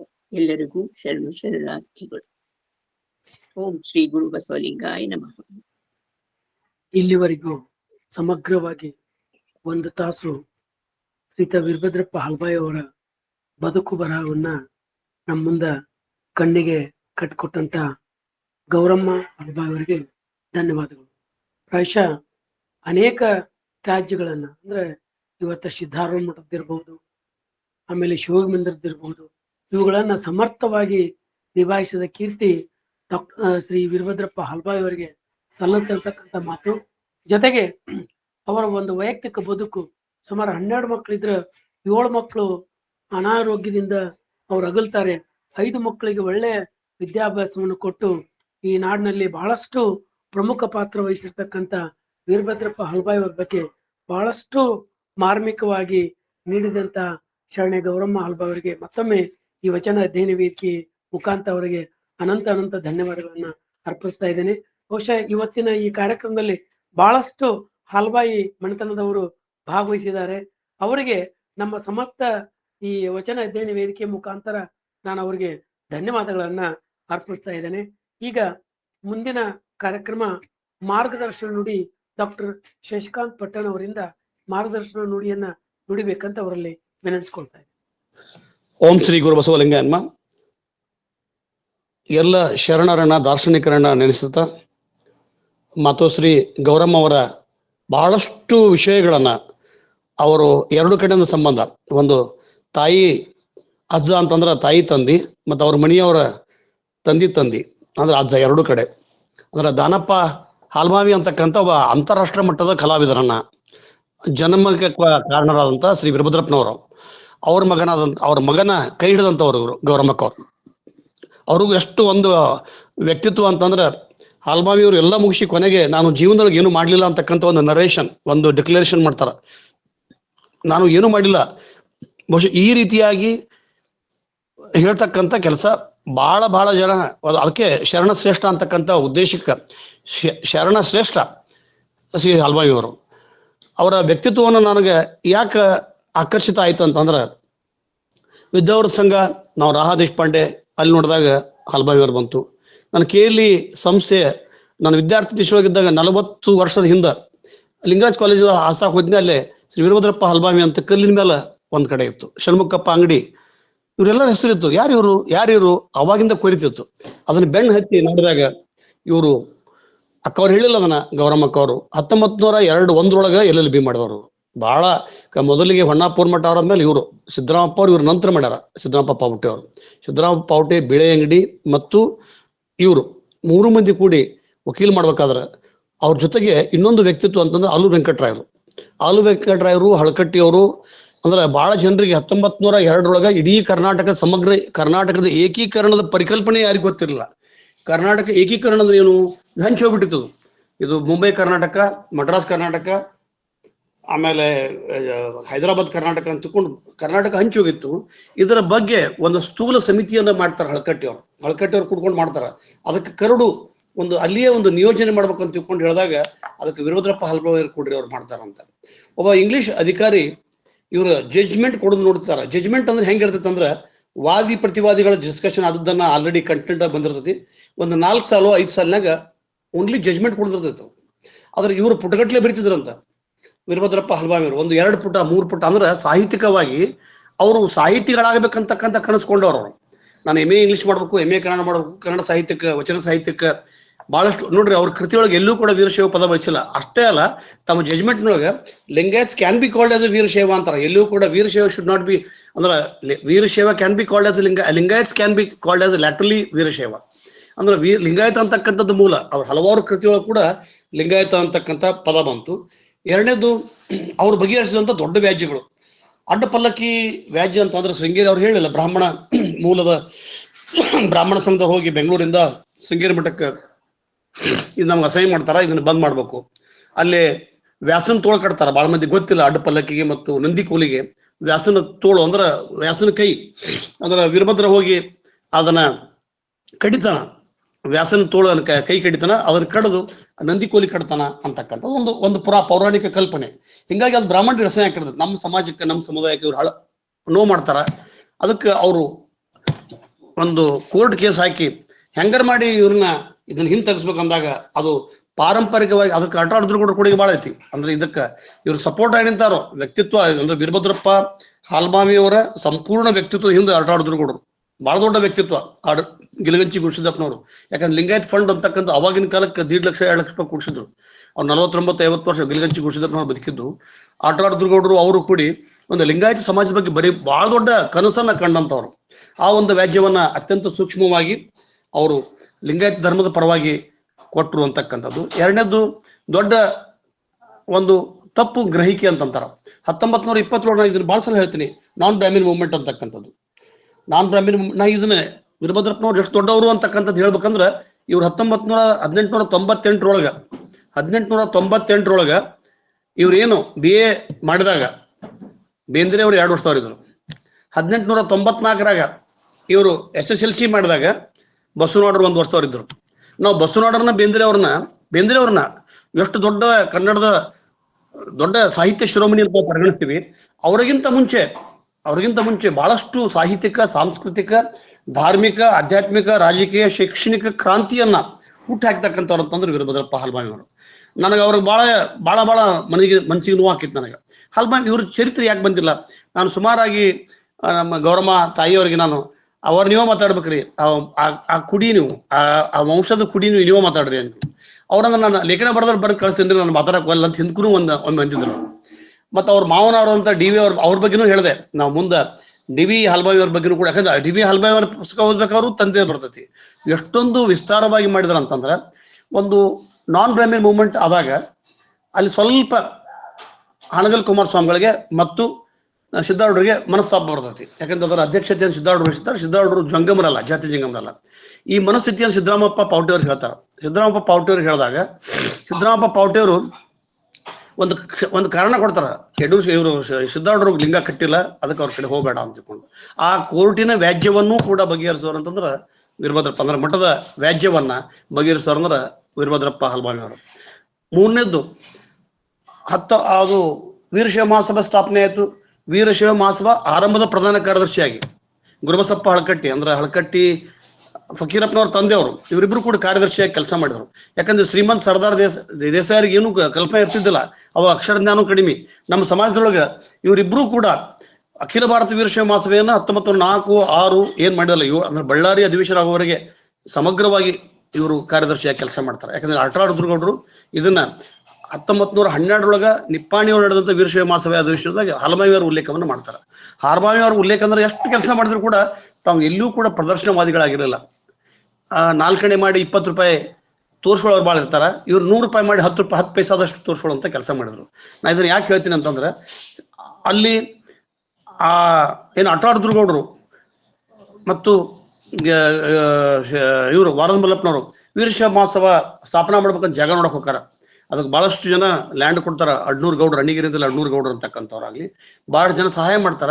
ಆದ್ರೆ ಆರ್ಥಿಕ ಬಹಳ ಪರಿಸ್ಥಿತಿ ಕೆಟ್ಟಿರುತ್ತೆ. ₹1 ಒಂದು ಶೇರಿಗೆ ₹10 ಶೇರು. ನಾವು ಇತ್ತೀಚೆಗೆ ನಾವು ಭೋಜ್ ಅಂತೇಳಿ ಅವರು ಹಳಕಟ್ಟಿಯವ್ರ ಸಂಬಂಧಿಕರು, ಅವ್ರ ಮನೆಯೊಳಗೆ ರಾಜಶೇಖರ್ ಭೋಜ್ ಅವ್ರ ಮನೆಯಾಗ ಆ ಹಳೇದು 120 ವರ್ಷದ 100 ವರ್ಷದ ಹಿಂದಿನ ಇದು ಸಿಕ್ಕಿದೆ, ಏನು ಶೇರ್ ಸರ್ಟಿಫಿಕೇಟ್. ಅಂದ್ರೆ ಆ ವ್ಯಾಜ್ಯ ಬಹಳಷ್ಟು ಕಷ್ಟ ಆಗಿತ್ತು. ಅದನ್ನ ಅತ್ಯಂತ ನಯವಾಗಿ, ಅತ್ಯಂತ ಸುಂದರವಾಗಿ ನಮ್ಮ ವೀರಭದ್ರಪ್ಪ ಹಲ್ಬಾವಿ ಅವರು ಮುಗಿಸಿದ್ರು. ಮತ್ತು ಕಿತ್ತೂರು ಸಂಸ್ಥಾನದ ಇತಿಹಾಸದ ಒಂದು ಸಂಶಯದ ಹುತ್ತುಗಳು ಬೆಳೆದ್ಬಿಟ್ಟು ಅದನ್ನ ಆ ತಲ್ಲೂರು ರಾಯನಗೌಡರು, ಅವರು ದೊಡ್ಡ ಇತಿಹಾಸಕಾರರು, ದೊಡ್ಡಬಾಮಪ್ಪ ಮೂಗಿ, ನಮ್ಮ ಈ ಸವಿತಾ ಮೂಗಿ ಅಂತ ಹೇಳಿದಾರ, ಸವಿತಾ ದೇಶಮುಖ್ ಅವರ ಅಜ್ಜ ಬಹಳ ದೊಡ್ಡ ಕೆಲಸ ಮಾಡ್ಯಾರ. ಅವಾಗ ಅವ್ರನ್ನ ದಾಖಲೆ ಮಾಡ್ತಕ್ಕಂಥ ಕೆಲಸ ನಾವು ಯಾರು ಮಾಡಲಿಲ್ಲ. ನಾನು ನೋವಿನ ಸಂಗೀತ ಅಂದ್ರೆ ವೀರಭದ್ರಪ್ಪ ಹಲ್ಬಾವಿ ಅವ್ರ ಬಗ್ಗೆ ಇಬ್ಬರು ಬರೆದಾರ ಪುಸ್ತಕ. ನೀವು ವಿಕಿಪೀಡಿಯಾ ನೋಡ್ರಿ ಗೊತ್ತಿಲ್ಲ, ಬೇರೆ ಬೇರೆ ಸಾಮಾಜಿಕ ಜಾಲತಾಣ ನೋಡ್ರಿ ಗೊತ್ತಿಲ್ಲ. ಕಲಬುರ್ಗಿ ಅವ್ರ ಪುಸ್ತಕ ಬರೆದಾರ 2007ರಾಗ. ಅದಕ್ಕಿಂತ ಮುಂಚೆ ರಾಜೂರ್ ಅವರು ಬರೆದಾರ, ಅವ್ರು ಬರೀಬೇಕು ಅಂತ. ಆದ್ರೆ ಒಟ್ಟಾರೆ ನಮ್ಮ ಲಿಂಗಾಯತ ಸಮಾಜ ಇಂಥ ಸಾವಿಲ್ಲದ ಶರಣರು ಇಡೀ ಸಮಾಜವನ್ನ, ಇಡೀ ಸಮುದಾಯವನ್ನ ಎಷ್ಟೊಂದು ಸುಂದರವಾಗಿ ಶಿವಯೋಗ ಮಂದಿರದ ವ್ಯಾಜ್ಯವನ್ನ ಬಗೆಹರಿಸ್ತಾರಂತಂದ್ರೆ ನಾನು ಇದಕ್ಕೆ ಪ್ರಾಮಾಣಿಕವಾಗಿ ಹೇಳ್ತೀನಿ. ಅಷ್ಟು ಇತ್ತಾಗ ಇವ್ರಿಗೂ ಅಂದ್ರೆ ಪಾಲುದಾರಿಗೂ ಆಗಿರ್ಬಾರ್ದು, ಶೇರ್ ಹೋಲ್ಡರ್ಸ್ಗೂ ಆಗಿರ್ಬಾರ್ದು, ಆ ವೀರಶೈವ ಮಹಾಸಭೆಗೆ ಅಂದ್ರೆ ಶಿವಯೋಗ ಮಂದಿರದ ಆದಾಯವೂ ನಿಂತಿರಬಾರ್ದು. ಆ ರೀತಿಯಾದಂಥ ಒಂದು ಅತ್ಯುತ್ತಮವಾದಂಥ ನಿರ್ಣಯವನ್ನು ಕೊಟ್ಟರು. ಇನ್ನೊಂದು ಅತ್ಯಂತ ಬಹಳ ದೊಡ್ಡ ನಿರ್ಣಯ ಅಂತಂದ್ರೆ ಲಿಂಗಿ ಬ್ರಾಹ್ಮಣರು ಅಂತಕ್ಕಂಥದ್ದು. ಅದು ಮನಸಾರೆ ಇವರು ಮನಸ್ಸಿನ ವಿರುದ್ಧ. ಯಾಕಂದ್ರೆ ಹಾನಗಲ್ ಕುಮಾರಸ್ವಾಮಿಗಳಿಗೆ ಪರಳಿ ವೈಜನಾಥ ದೇವಸ್ಥಾನದೊಳಗೆ ಪರಳಿ ಅದು ಏನೋ ನಾವು ಲಿಂಗ ಅಂತ ಜ್ಯೋತಿರ್ಲಿಂಗ ಅಂತಾರೆ, ಅಲ್ಲಿ ಬಿಟ್ಟಿರಂಗಿಲ್ಲ ಅವರು. ನನಗೆ ಯಾಕೆ ಬಿಡಂಗಿಲ್ಲ? ಅವಾಗ ಹನುಮಪ್ಪ ಅವ್ರೇನದಲ್ಲ, ಇಬ್ಬರು ನಾವು ಶೂದ್ರರು, ಲಿಂಗಾಯತರು ಶೂದ್ರರು ಅಂತಕೊಂಡು ವಾದ ಮಾಡ್ತಾರ. ಇಲ್ಲ, ನಾವು ಹೆಂಗೆ ಶೂದ್ರ ಹಾಕಿವಿ, ನಾವು ಬ್ರಾಹ್ಮಣರು ಈಕ್ವಲ್ ಅಂತ ತಿಳ್ಕೊಂಡು ಹಾನಗಲ್ ಕುಮಾರಸ್ವಾಮಿಗಳು ಸಿದ್ದರಾಮಪ್ಪ ಪೌಟರ್ನ ಬಳಸ್ತಾರ. ಅವಾಗ ಸಿದ್ದರಾಮಪ್ಪ ಪೌಟರ್ಗೆ ಹಾನಗಲ್ ಕುಮಾರಸ್ವಾಮಿಗಳೇ ಬಹಳಷ್ಟು ಒಡನಾಟ ಆಗಿರ್ತೈತಿ. ಕಾರಣ ಇವರಿಬ್ಬರು ಕೂಡ ಸಿದ್ಧಾರೂಢನ ವಿರೋಧ ಮಾಡ್ತಿರ್ತಾರೆ. ಇವರು ಕೋರ್ಟ್ ಹೋಗ್ತಾರೆ. ಅದು ಅಹಮದ್ನಗರ್ ಕೋರ್ಟ್ನಾಗ ಇನ್ನೂ ಕೂಡ ನನ್ನ ಕಡೆ ಅದು ಕಾಗದ ಪತ್ರ ಐತಿ. ಎಷ್ಟೊಂದು ನಡೀತಂದ್ರೆ ಸುಮಾರು 10-15 ವರ್ಷ ನಡೀತೈತಿ. ಅದಕ್ಕೆ ವಾರದ ಮಲ್ಲಪ್ಪನವ್ರು ಆಗಿನ ಕಾಲಕ್ಕೆ ₹2,50,000 ಖರ್ಚು ಮಾಡ್ತಾರೆ ಕೋರ್ಟ್ನಾಗ ಇಟ್ಟು. ವಾರದ ಮಲ್ಲಪ್ಪನವ್ರು ಸ್ವತಃ ವಾರದ ಮಲ್ಲಪ್ಪನವ್ರು ಅಂದ್ರೆ ಬಹಳ 45,000 ಎಕರೆ ಜಮೀನು ಹೊತ್ಕೊಂಡಿರೋರು. ಏಷ್ಯಾದ 3 ಜನರೊಳಗೆ, ಏಷ್ಯಾದೊಳಗೆ 3 ಮಂದಿ ಎಲ್ಲಾದ್ರೂ ವಿಕ್ಟೋರಿಯಾ ಕ್ವೀನ್ ಬರ್ತಾಳಂತಂದ್ರೆ ಮೊದಲ ವಾರದ ಮಲ್ಲಪ್ಪನವ್ರ ಪತ್ರ ಬರ್ತಿದಂತ, kindly send your daughter to escort me ಅಂತೇಳಿ. ಅಂದ್ರೆ ನನ್ನನ್ನು ಕರೆದುಕೊಳ್ಳಾಕ ಬಾಂಬೆ ಹಡಗಿಗೆ ನಿಮ್ಮ ಮಗಳನ್ನು ಕಳಿಸ್ಕೊಡ್ರಿ ಅಂತ ದೊಡ್ಡ ಶ್ರೀಮಂತರು. ಅಂದ್ರೆ ಅವ್ರೆಲ್ಲರಿಗೆ ನಾವು ಬಣಗಾರು, ನಾವು ಈಗ ಅವ್ರ ಒಳಗೆ ಚಂದ ಹೇಳಿದ್ರು, ಪಂಚಮಸಾಲಿ ಗೌಡರು ಅಂತ ಹೇಳಿ ಅವ್ರ ಸಂಬಂಧಿಕರು ಅಲ್ಲಿ ಮರಿಕಟ್ಟಿಯವರು. ಆವಾಗಿನಿರ್ತಕ್ಕಂಥ ಲಿಂಗಾಯತ ಪ್ರಜ್ಞೆ ಇವಾಗಿಲ್ಲ. ನಾ ಇವತ್ತು ಭಾಳ ನೊಂದು ಹೇಳ್ತೀನಿ, ನಮ್ಮೆಲ್ಲರೂ ಕೂಡ ನಾವು ಆತ್ಮಾವಲೋಕನ ಮಾಡ್ತಕ್ಕಂಥದ್ದು. ಒಂದು ವೀರಭದ್ರಪ್ಪನವ್ರ ಬದುಕು ಹೆಂಗಿತ್ತು ಅಂತಂದ್ರೆ ಅವ್ರು ಆತ್ಮಾವಲೋಕನ ಮಾಡ್ಕೊಡ್ತಕ್ಕಂಥ ಒಂದು ಜಾತಿನೇ ನಿರಪೇಕ್ಷತೆ, ಜಾತಿಯನ್ನು ಕಿತ್ತಾಕ್ತಕ್ಕಂಥದ್ದಾಗ್ಲಿ, ಸಮಾಜ ದುಡಿತಕ್ಕಂಥದ್ದಾಗ್ಲಿ. ಆಮೇಲೆ ಅವಾಗ ಕಾರಣ ಹಾನಗಲ್ ಕುಮಾರಸ್ವಾಮಿಗಳಿಗೆ ವ್ಯಕ್ತಿಗತ ಪ್ರತಿಷ್ಠೆ ನೋವಾಗತ್ತೆ, ನಮಗೆ ಒಳಗೆ ಕೊಡ್ಬೇಕು, ನಾವು ಲಿಂಗಿ ಬ್ರಾಹ್ಮಣರು. ಅವಾಗ ಭಾರತ ಸರ್ಕಾರವನ್ನ, ಮಹಾರಾಷ್ಟ್ರ ಸರ್ಕಾರವನ್ನ ಆರೋಪಿಯನ್ನಾಗಿ ಮಾಡ್ತಾರೆ ಸಿದ್ದರಾಮಪ್ಪ ಪೌಟರ್ ಬಹಳ ಜಾಣರು. ಅದ್ರ ಬಗ್ಗೆ ಎರಡು ಮಾತಿಲ್ಲ. ಅವರು ಬಿಳೆ ಅಂಗಡಿಯವರು ಇವ್ರು 3 ಮಂದಿ ಬಿಳೆ ಅಂಗಡಿಯವರು ಕೂಡ ಲಿಂಗಾಯತ ಸಮಾಜದ ಬಗ್ಗೆ ಸಾಕಷ್ಟುಗಳು ಬರ್ದಾರ. ನಾವು ಬರೀ ಹಲ್ಬಾವಿಯವರು ಕೊಟ್ಟಂತ ತೀರ್ಪನ್ನ ಎಳೆತ್ತಿಡಿದ್ರೆ ಇವತ್ತು ಲಿಂಗಾಯತ ಧರ್ಮದ ಮಾನ್ಯತೆ ಸಿಗ್ತಕ್ಕಂಥ ಸಾಕಷ್ಟು ಸಾಧ್ಯತೆಗಳಿದಾವೆ. ಇದನ್ನ ನಾನು ಅವರ ಹಲ್ಬಾವಿ ಮನೆತನದ ಓಲೈಕೆಗೆ ಆಗಲಿ ಅಥವಾ ಇನ್ನೊಬ್ಬರಲ್ಲ, ಬಹಳಷ್ಟು ಸುಮಾರು 70, 80, 100 ವರ್ಷದ ಹಿಂದಿನ ಅವರು ಕೊಟ್ಟಂತ ದಾಖಲೆಗಳನ್ನ, ನಿರ್ಣಯಗಳನ್ನ, ಅವ್ರು ಬರೆದಂತ ಕೃತಿಗಳನ್ನ ನಾವಿವತ್ತು ದಾಖಲೆ ಆಕಾರಗಳನ್ನ ಇಟ್ಕೊಂಡು ಮಾಡಿದ್ರು ಕೂಡ ನಮಗೆ ಧರ್ಮ ಮಾನ್ಯತೆ ಸಿಗ್ತಕ್ಕಂಥ ಸಾಧ್ಯತೆಗಳೈತಿ. ಅವಾಗ ಲಿಂಗಿ ಬ್ರಾಹ್ಮಣರಿಗೆ ಅದೇನು ಕೊಡ್ತಾರ ಅದಕ್ಕೆ ಪೂರ್ಣ ಡ್ರಾಫ್ಟ್ ಅಂದ್ರೆ ಏನಂತಾರೆ ಕ್ಲೆಂಟ್ ಏನ್ ಕೊಡ್ತಾರಲ್ಲ, ಸಿದ್ದರಾಮಪ್ಪ ಪೌಟರ್ ಬರೆಸಿದವರು ಮತ್ತಾರು ಅಲ್ಲ, ವೀರಭದ್ರಪ್ಪ ಹಲ್ಬಾವಿ ಅವರು. ಅವ್ರು ಹೋಗಿ ಕೊನೆಗೆ ಎಕ್ಸ್ಪರ್ಟಿ ಅವಾಗ ಬಾಂಬೆ ಮಹಾರಾಷ್ಟ್ರ ಗೌರ್ಮೆಂಟ್ ಅಟೆಂಡ್ ಆಗಂಗಿಲ್ಲ, 15 ವರ್ಷ ಕೇಸು. ಹಿಂಗಾಗಿ ಕೇಸ್ ನಿಕಾಲಾಕತಿ. ಅವಾಗ ಇವರು Lingi the can also be considered as Lingi Brahmins ಅಂತಕ್ಕಂಥದ್ದು. ಅದಕ್ಕೆ ನಮಗೇನು ಉಪಯೋಗ ಆಗಲಿಲ್ಲ. ಆದ್ರೆ ಹಾನಗಲ್ ಕುಮಾರಸ್ವಾಮಿಗಳು ಒಂದು ಹೋರಾಟಕ್ಕೆ ಅದಕ್ಕೆ ಪರೋಕ್ಷವಾಗಿ ಇವ್ರು ನಿಂತರು ಅಂತಕ್ಕಂಥದ್ದು. ಇನ್ನು ಲಿಂಗಾಯತ ಎಜುಕೇಶನ್ ಟ್ರಸ್ಟ್, ಲಿಂಗಾಯತ ಎಲಿಯೆ ಅಂತೇಳಿ ಅಂತೀವಿ ನಾವು. ಎಲಿಯೆ ಅಸೋಸಿಯೇಷನ್ಗೆ ವೀರಭದ್ರಪ್ಪ ಹಲ್ಬಾವಿಯವರ ಕೊಡುಗೆ ಭಾಳ ದೊಡ್ಡದೈತಿ. ಎಲಿಯೆ ಅಸೋಸಿಯೇಷನ್ದಾಗ ಅವರು ಎಷ್ಟೊಂದು ಕೆಲಸ ಮಾಡ್ಯಾರ ಅಂತಂದ್ರೆ ಆಗಿನ ಕಾಲಕ್ಕೆ. ಅಂದ್ರೆ ಅಟಾರ್ದುರ್ಗೌಡರು ಒಂದು ಹಂತಕ್ಕೆ ನಿಂತು ಬಿಟ್ಟಿದ್ರು ಅವ್ರ ಪಾಪ.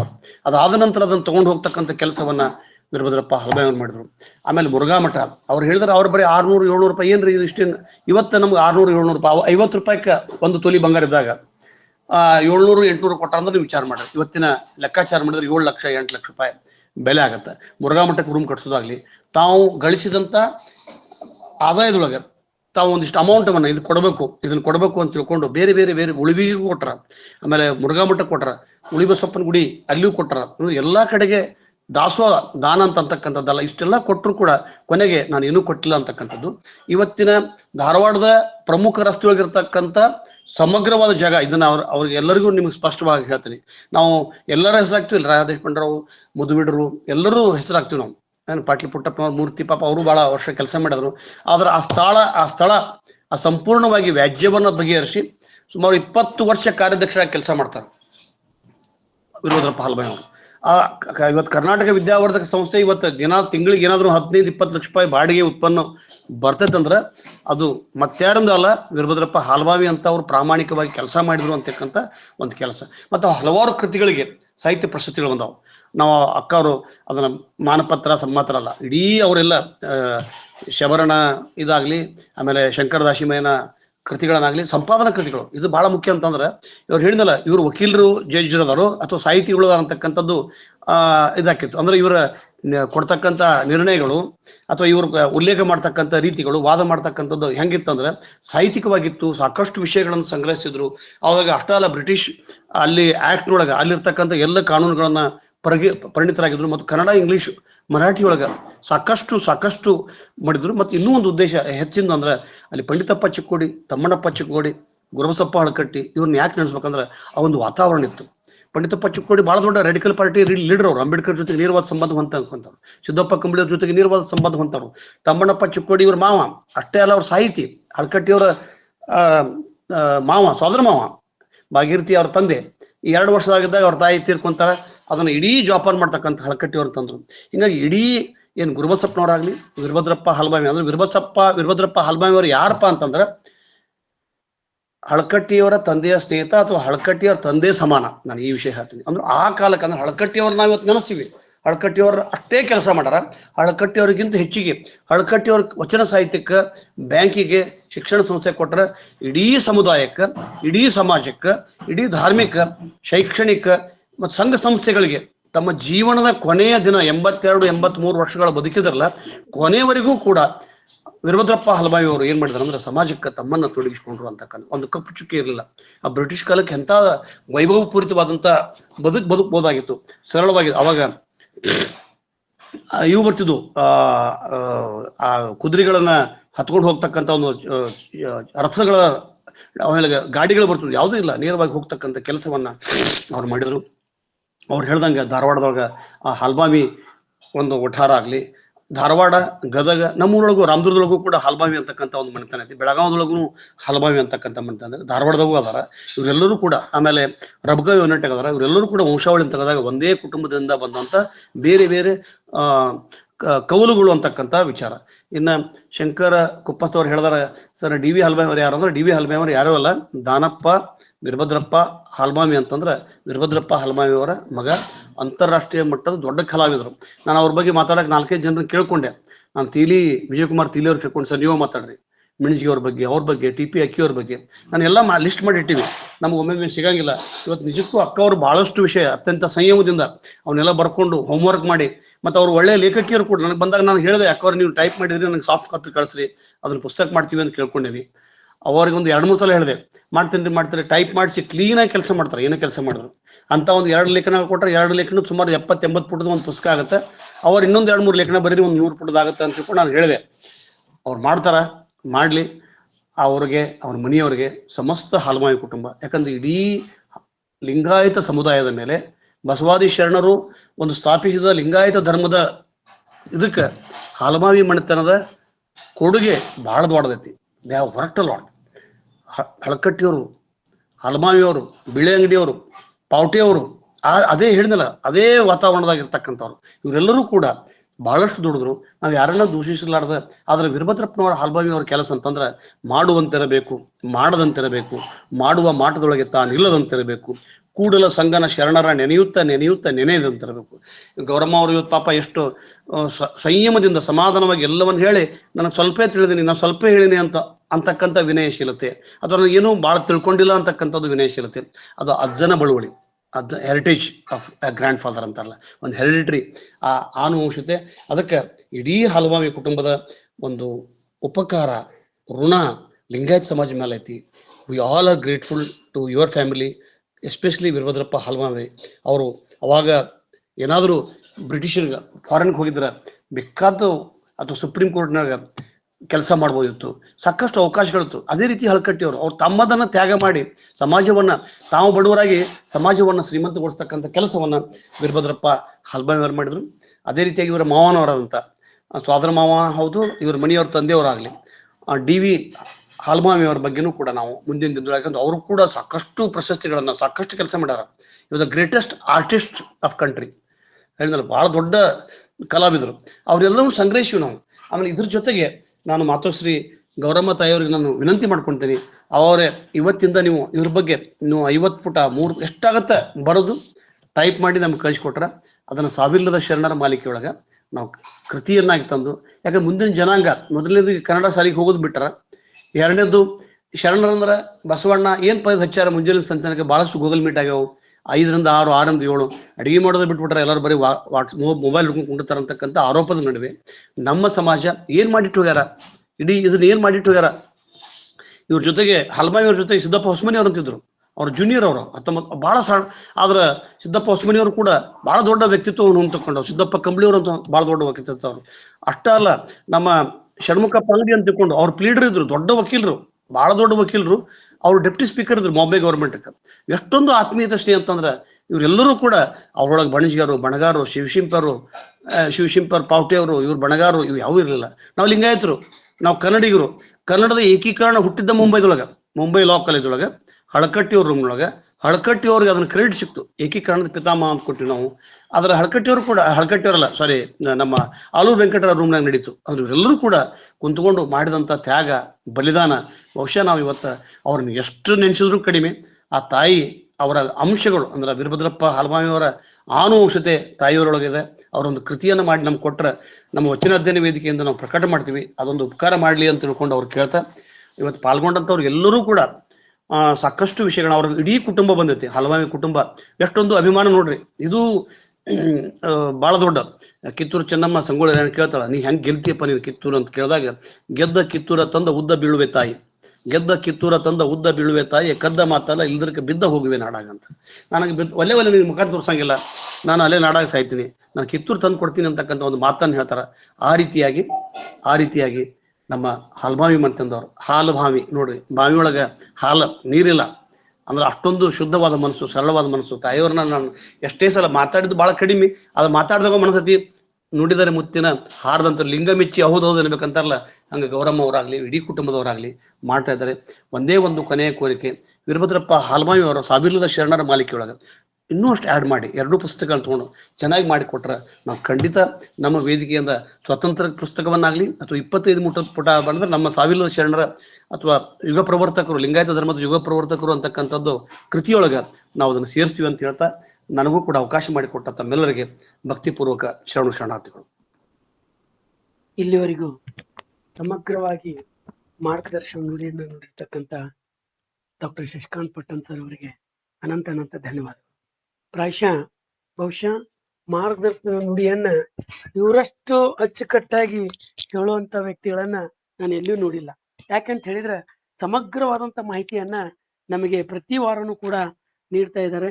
ಬಹಳ ಪರಿಪೂರ್ಣವಾದಂತ ಮಾಹಿತಿಯನ್ನ ಇವತ್ತು ಅವರು ತಮ್ಮ ಮಾರ್ಗದರ್ಶನ ನುಡಿಯಲ್ಲಿ ನೀಡಿದ್ರು ಅಂತಕ್ಕಂಥದ್ದು. ನನಗೆ ಇವತ್ತು 2 ಮೆಸೇಜ್ಗಳನ್ನ ನಾನು ನೋಡಿದೆ. ಸರ್ ಕಳಿಸಿದ್ರು, ಡಾಕ್ಟರ್ DV ಹಾಲ್ಮಾವಿ ಅವರ ಚಿಂತನ ಅಂತಕ್ಕಂಥದ್ದು, ಸುಧಾ ಪಾಟೀಲ್ ಅವ್ರು ಕೊಟ್ಟರು ವೀರಭದ್ರಪ್ಪ ಹಾಲ್ಮಾವಿ ಅಂತಕ್ಕಂಥದ್ದು.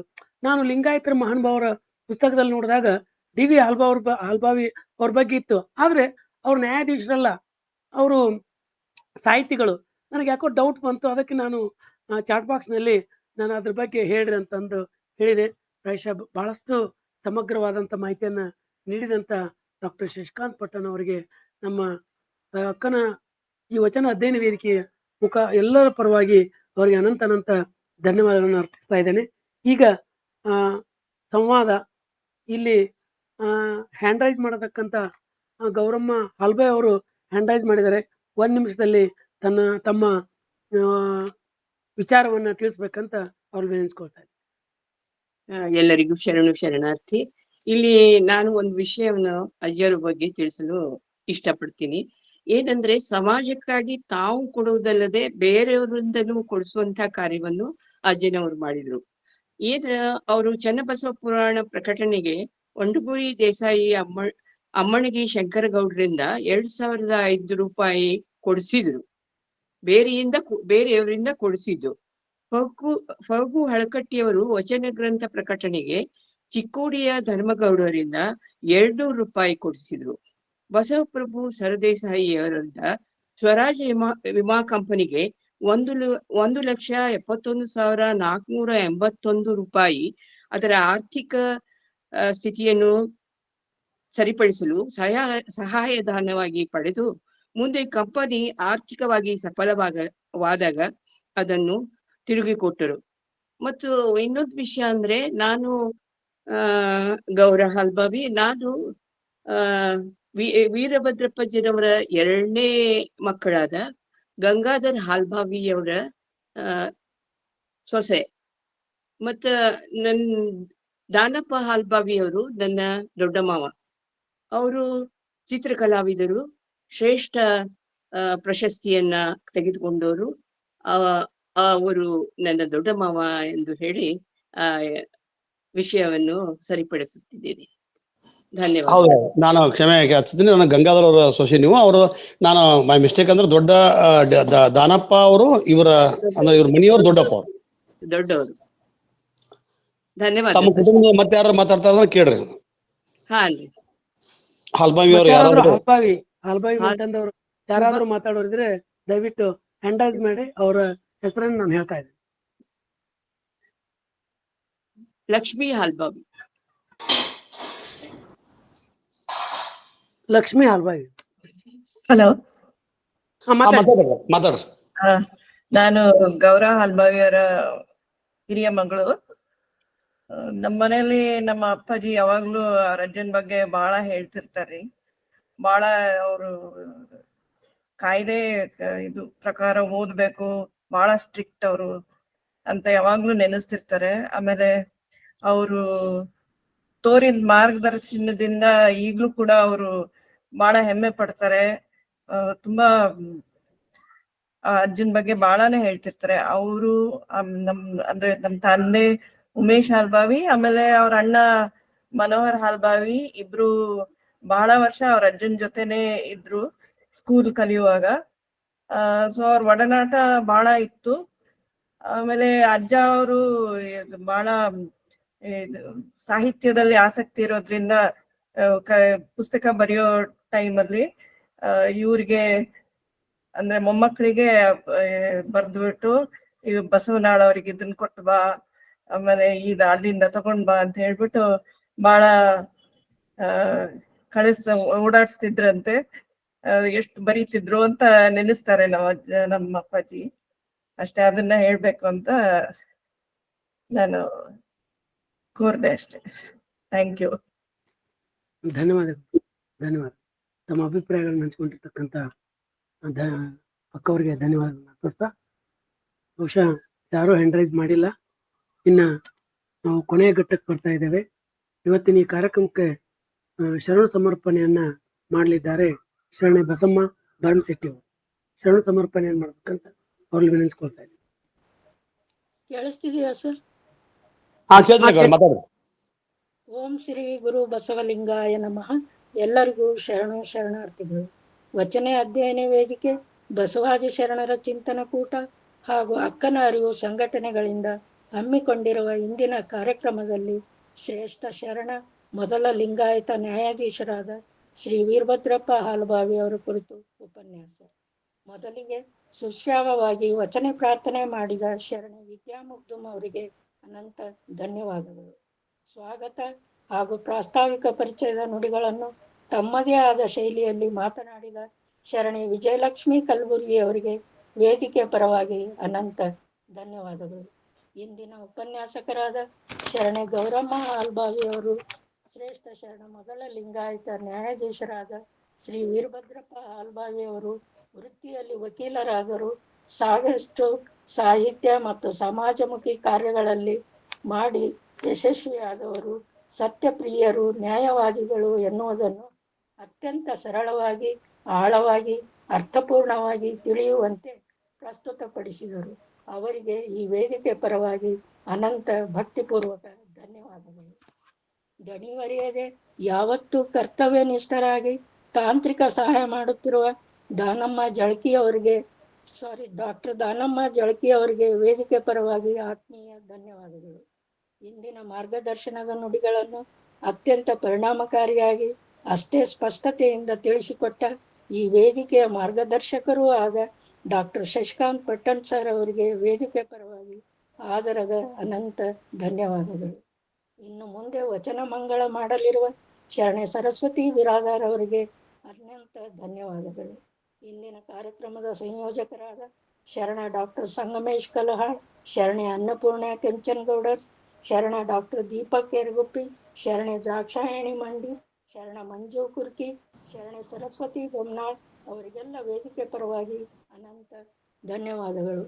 ಇಂದಿನ ಕಾರ್ಯಕ್ರಮದ ಸಂಘಟಕರಾದ ಎಲೆಮರೆಕಾಯಿಯಂತೆ ಸದಾ ಶ್ರಮಿಸುತ್ತಿರುವ ಶರಣೆ ಶಾರದಮ್ಮ ಪಾಟೀಲ್, ಶರಣೆ ಗೌರಮ್ಮ ನಾಶಿ, ಶರಣೆ ಸುಧಾ ಪಾಟೀಲ್ ಅವರಿಗೆ ವೇದಿಕೆ ಪರವಾಗಿ ಅನಂತ ಆತ್ಮೀಯ ಧನ್ಯವಾದಗಳು. ಇಂದಿನ ಕಾರ್ಯಕ್ರಮದಲ್ಲಿ ಉಪಸ್ಥಿತರಿದ್ದ ಎಲ್ಲ ಶರಣ ಬಂಧುಗಳಿಗೂ ಹಾಗೂ ಸಂವಾದದಲ್ಲಿ ಪಾಲ್ಗೊಂಡು ಕಾರ್ಯಕ್ರಮ ಯಶಸ್ವಿಗೊಳಿಸಿದ ಎಲ್ಲರಿಗೂ ವೇದಿಕೆ ಪರವಾಗಿ ಅನಂತ ಧನ್ಯವಾದಗಳು ಮತ್ತು ಶರಣಾರ್ಥಿಗಳು. ಅವಕಾಶಕ್ಕಾಗಿ ಧನ್ಯವಾದಗಳು. ಮತ್ತೊಮ್ಮೆ ಎಲ್ಲರಿಗೂ ಶರಣಾರ್ಥಿಗಳು. ಶರಣ ಸಮರ್ಪಣೆ ಮಾಡಿದ ಶರಣೆ ಬಸಮ್ಮ ಬರ್ಗಶೆಟ್ಟಿ ಅವರಿಗೆ ಅನಂತ ಧನ್ಯವಾದಗಳು. ಇನ್ನ ವಚನ ಮಂಗಲ ಅದಕ್ಕಿಂತ ಪೂರ್ವದಲ್ಲಿ ಪ್ರತಿ ವಾರ ಶನಿವಾರ 5 ಗಂಟೆ ಹಾಗೂ ಭಾನುವಾರ 11:30ಕ್ಕೆ ಇದಕ್ಕಿಂತ ಹೆಚ್ಚಿನ ರೀತಿಯಲ್ಲಿ ತಾವು ಈ ವಚನ ಅಧ್ಯಯನ ವೇದಿಕೆಯ ಗೂಗಲ್ ಮೀಟ್ ನಲ್ಲಿ ಜಾಯಿನ್ ಆಗಿ ಅನೇಕ ವಿಷಯಗಳನ್ನು ತಾವು ತಿಳ್ಕೊಂಡು ನಮಗೂ ತಿಳಿಸ್ಬೇಕಂತ ತಮ್ಮಲ್ಲಿ ವಿನಂತಿಸ್ಕೊಳ್ತಾ, ಇನ್ನು ಕೊನೆಯದಾಗಿ ವಚನ ಮಂಗಲ ಶರಣೆ ಸರಸ್ವತಿ ಬಿರಾದಾರ್. Okay sir. ಓಂ ಶ್ರೀ ಗುರು ಬಸವಲಿಂಗಾಯ ನಮಃ. ಎಲ್ಲರಿಗೂ ಶರಣಾರ್ಥಿಗಳು. ನಾನೊಂದು ಬಸವಣ್ಣನವರ ವಚನ ಹೇಳುವೆ. ಜಗವ ಸುತ್ತಿರುವುದು ಅದು ನಿನ್ನ ಮಾಯೆ, ಜಗವ ಸುತ್ತಿರುವುದು ಅದು ನಿನ್ನ ಮಾಯೆ, ನಿನ್ನ ಸುತ್ತಿರುವುದು ಎನ್ನ ಮನ ನೋಡ, ನಿನ್ನ ಸುತ್ತಿರುವುದು ಎನ್ನ ಮನ ನೋಡ, ಜಗವ ಸುತ್ತಿರುವುದು ಅದು ನಿನ್ನ ಮಾಯೆ. ಜಗಕ್ಕೆ ಬಲ್ಲುದೆ ನೀನು, ನಿನಗೆ ಬಲ್ಲುದೆ ನಾನು, ಜಗಕ್ಕೆ ಬಲ್ಲುದೆ ನೀನು, ನಿನಗೆ ಬಲ್ಲುದೆ ನಾನು, ಜಗವೆಲ್ಲವೂ ನಿನ್ನೋಳು ನೀ ಎನ್ನೊಳಗಯ್ಯ, ಜಗವೆಲ್ಲವೂ ನಿನ್ನೋಳು ನೀ ಎನ್ನೊಳಗಯ್ಯ. ಕರಿಯು ಕನ್ನಡಿಯಲ್ಲಿ ಅಡಗಿದಂತೆ, ಕರಿಯು ಕನ್ನಡಿಯಲ್ಲಿ ಅಡಗಿದಂತೆ, ಎನ್ನೋಳು ನೀನು ಅಡಗಿದೆಯಯ್ಯ, ಎನ್ನೋಳು ನೀನು ಅಡಗಿದೆಯಯ್ಯ. ಕೂಡಲ ಸಂಗಮ ದೇವಾನಿ ಕೇಳಯ್ಯ, ಕೂಡಲ ಸಂಗಮ ದೇವಾನಿ ಕೇಳಯ್ಯ. ಜಗವ ಸುತ್ತಿರುವುದು ಅದು ನಿನ್ನ ಮಾಯೆ, ಜಗವ ಸುತ್ತಿರುವುದು ಅದು ನಿನ್ನ ಮಾಯೆ, ನಿನ್ನ ಸುತ್ತಿರುವುದು ಎನ್ನ ಮನ ನೋಡ, ನಿನ್ನ ಸುತ್ತಿರುವುದು ಎನ್ನ ಮನ ನೋಡ, ಜಗವ ಸುತ್ತಿರುವುದು, ಜಗವ ಸುತ್ತಿರುವುದು, ಜಗವ ಸುತ್ತಿರುವುದು ಅದು ನಿನ್ನ ಮಾಯೆ. ಧನ್ಯವಾದಗಳು. ಕೃಷ್ಣಾವಾಗಿ ವಚನ ಮಂಗಲ ಹಾಡಿರ್ತಕ್ಕಂಥ ಶರಣೆ ಸರಸ್ವತಿ ಬಿರಾದಾರ್ ಅವರಿಗೆ ತಮ್ಮೆಲ್ಲರ ಪರವಾಗಿ ಅನಂತ ಧನ್ಯವಾದಗಳು. ಸರ್, ನಾಳೆ ಕಾರ್ಯಕ್ರಮ ಅಷ್ಟೇ. ನಾಳೆ ಕಾರ್ಯಕ್ರಮ ಹಾ ಸರ್, ಅದನ್ನ ಹೇಳಿದ್ದೀನಿ ಸರ್. ನಾಳೆ ಸರಿಯಾಗಿ 11:25ಕ್ಕೆ ಇದೇ ರೀತಿಯಾಗಿ ಕಾರ್ಯಕ್ರಮ ನಡೀತಾ ಇದೆ. ನಾಳೆ ದಿವಸ ಮುಖ್ಯವಾದಂತ ಒಂದು ವಿಷಯ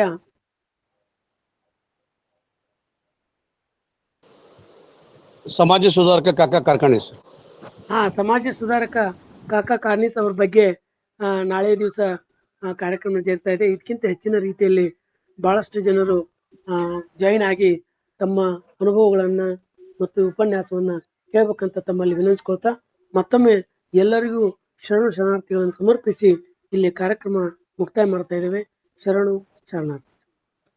ಶರಣಾರ್ಥಿ.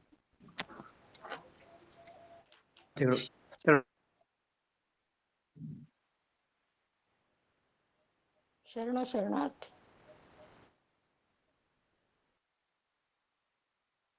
ಶರಣಾರ್ಥಿ.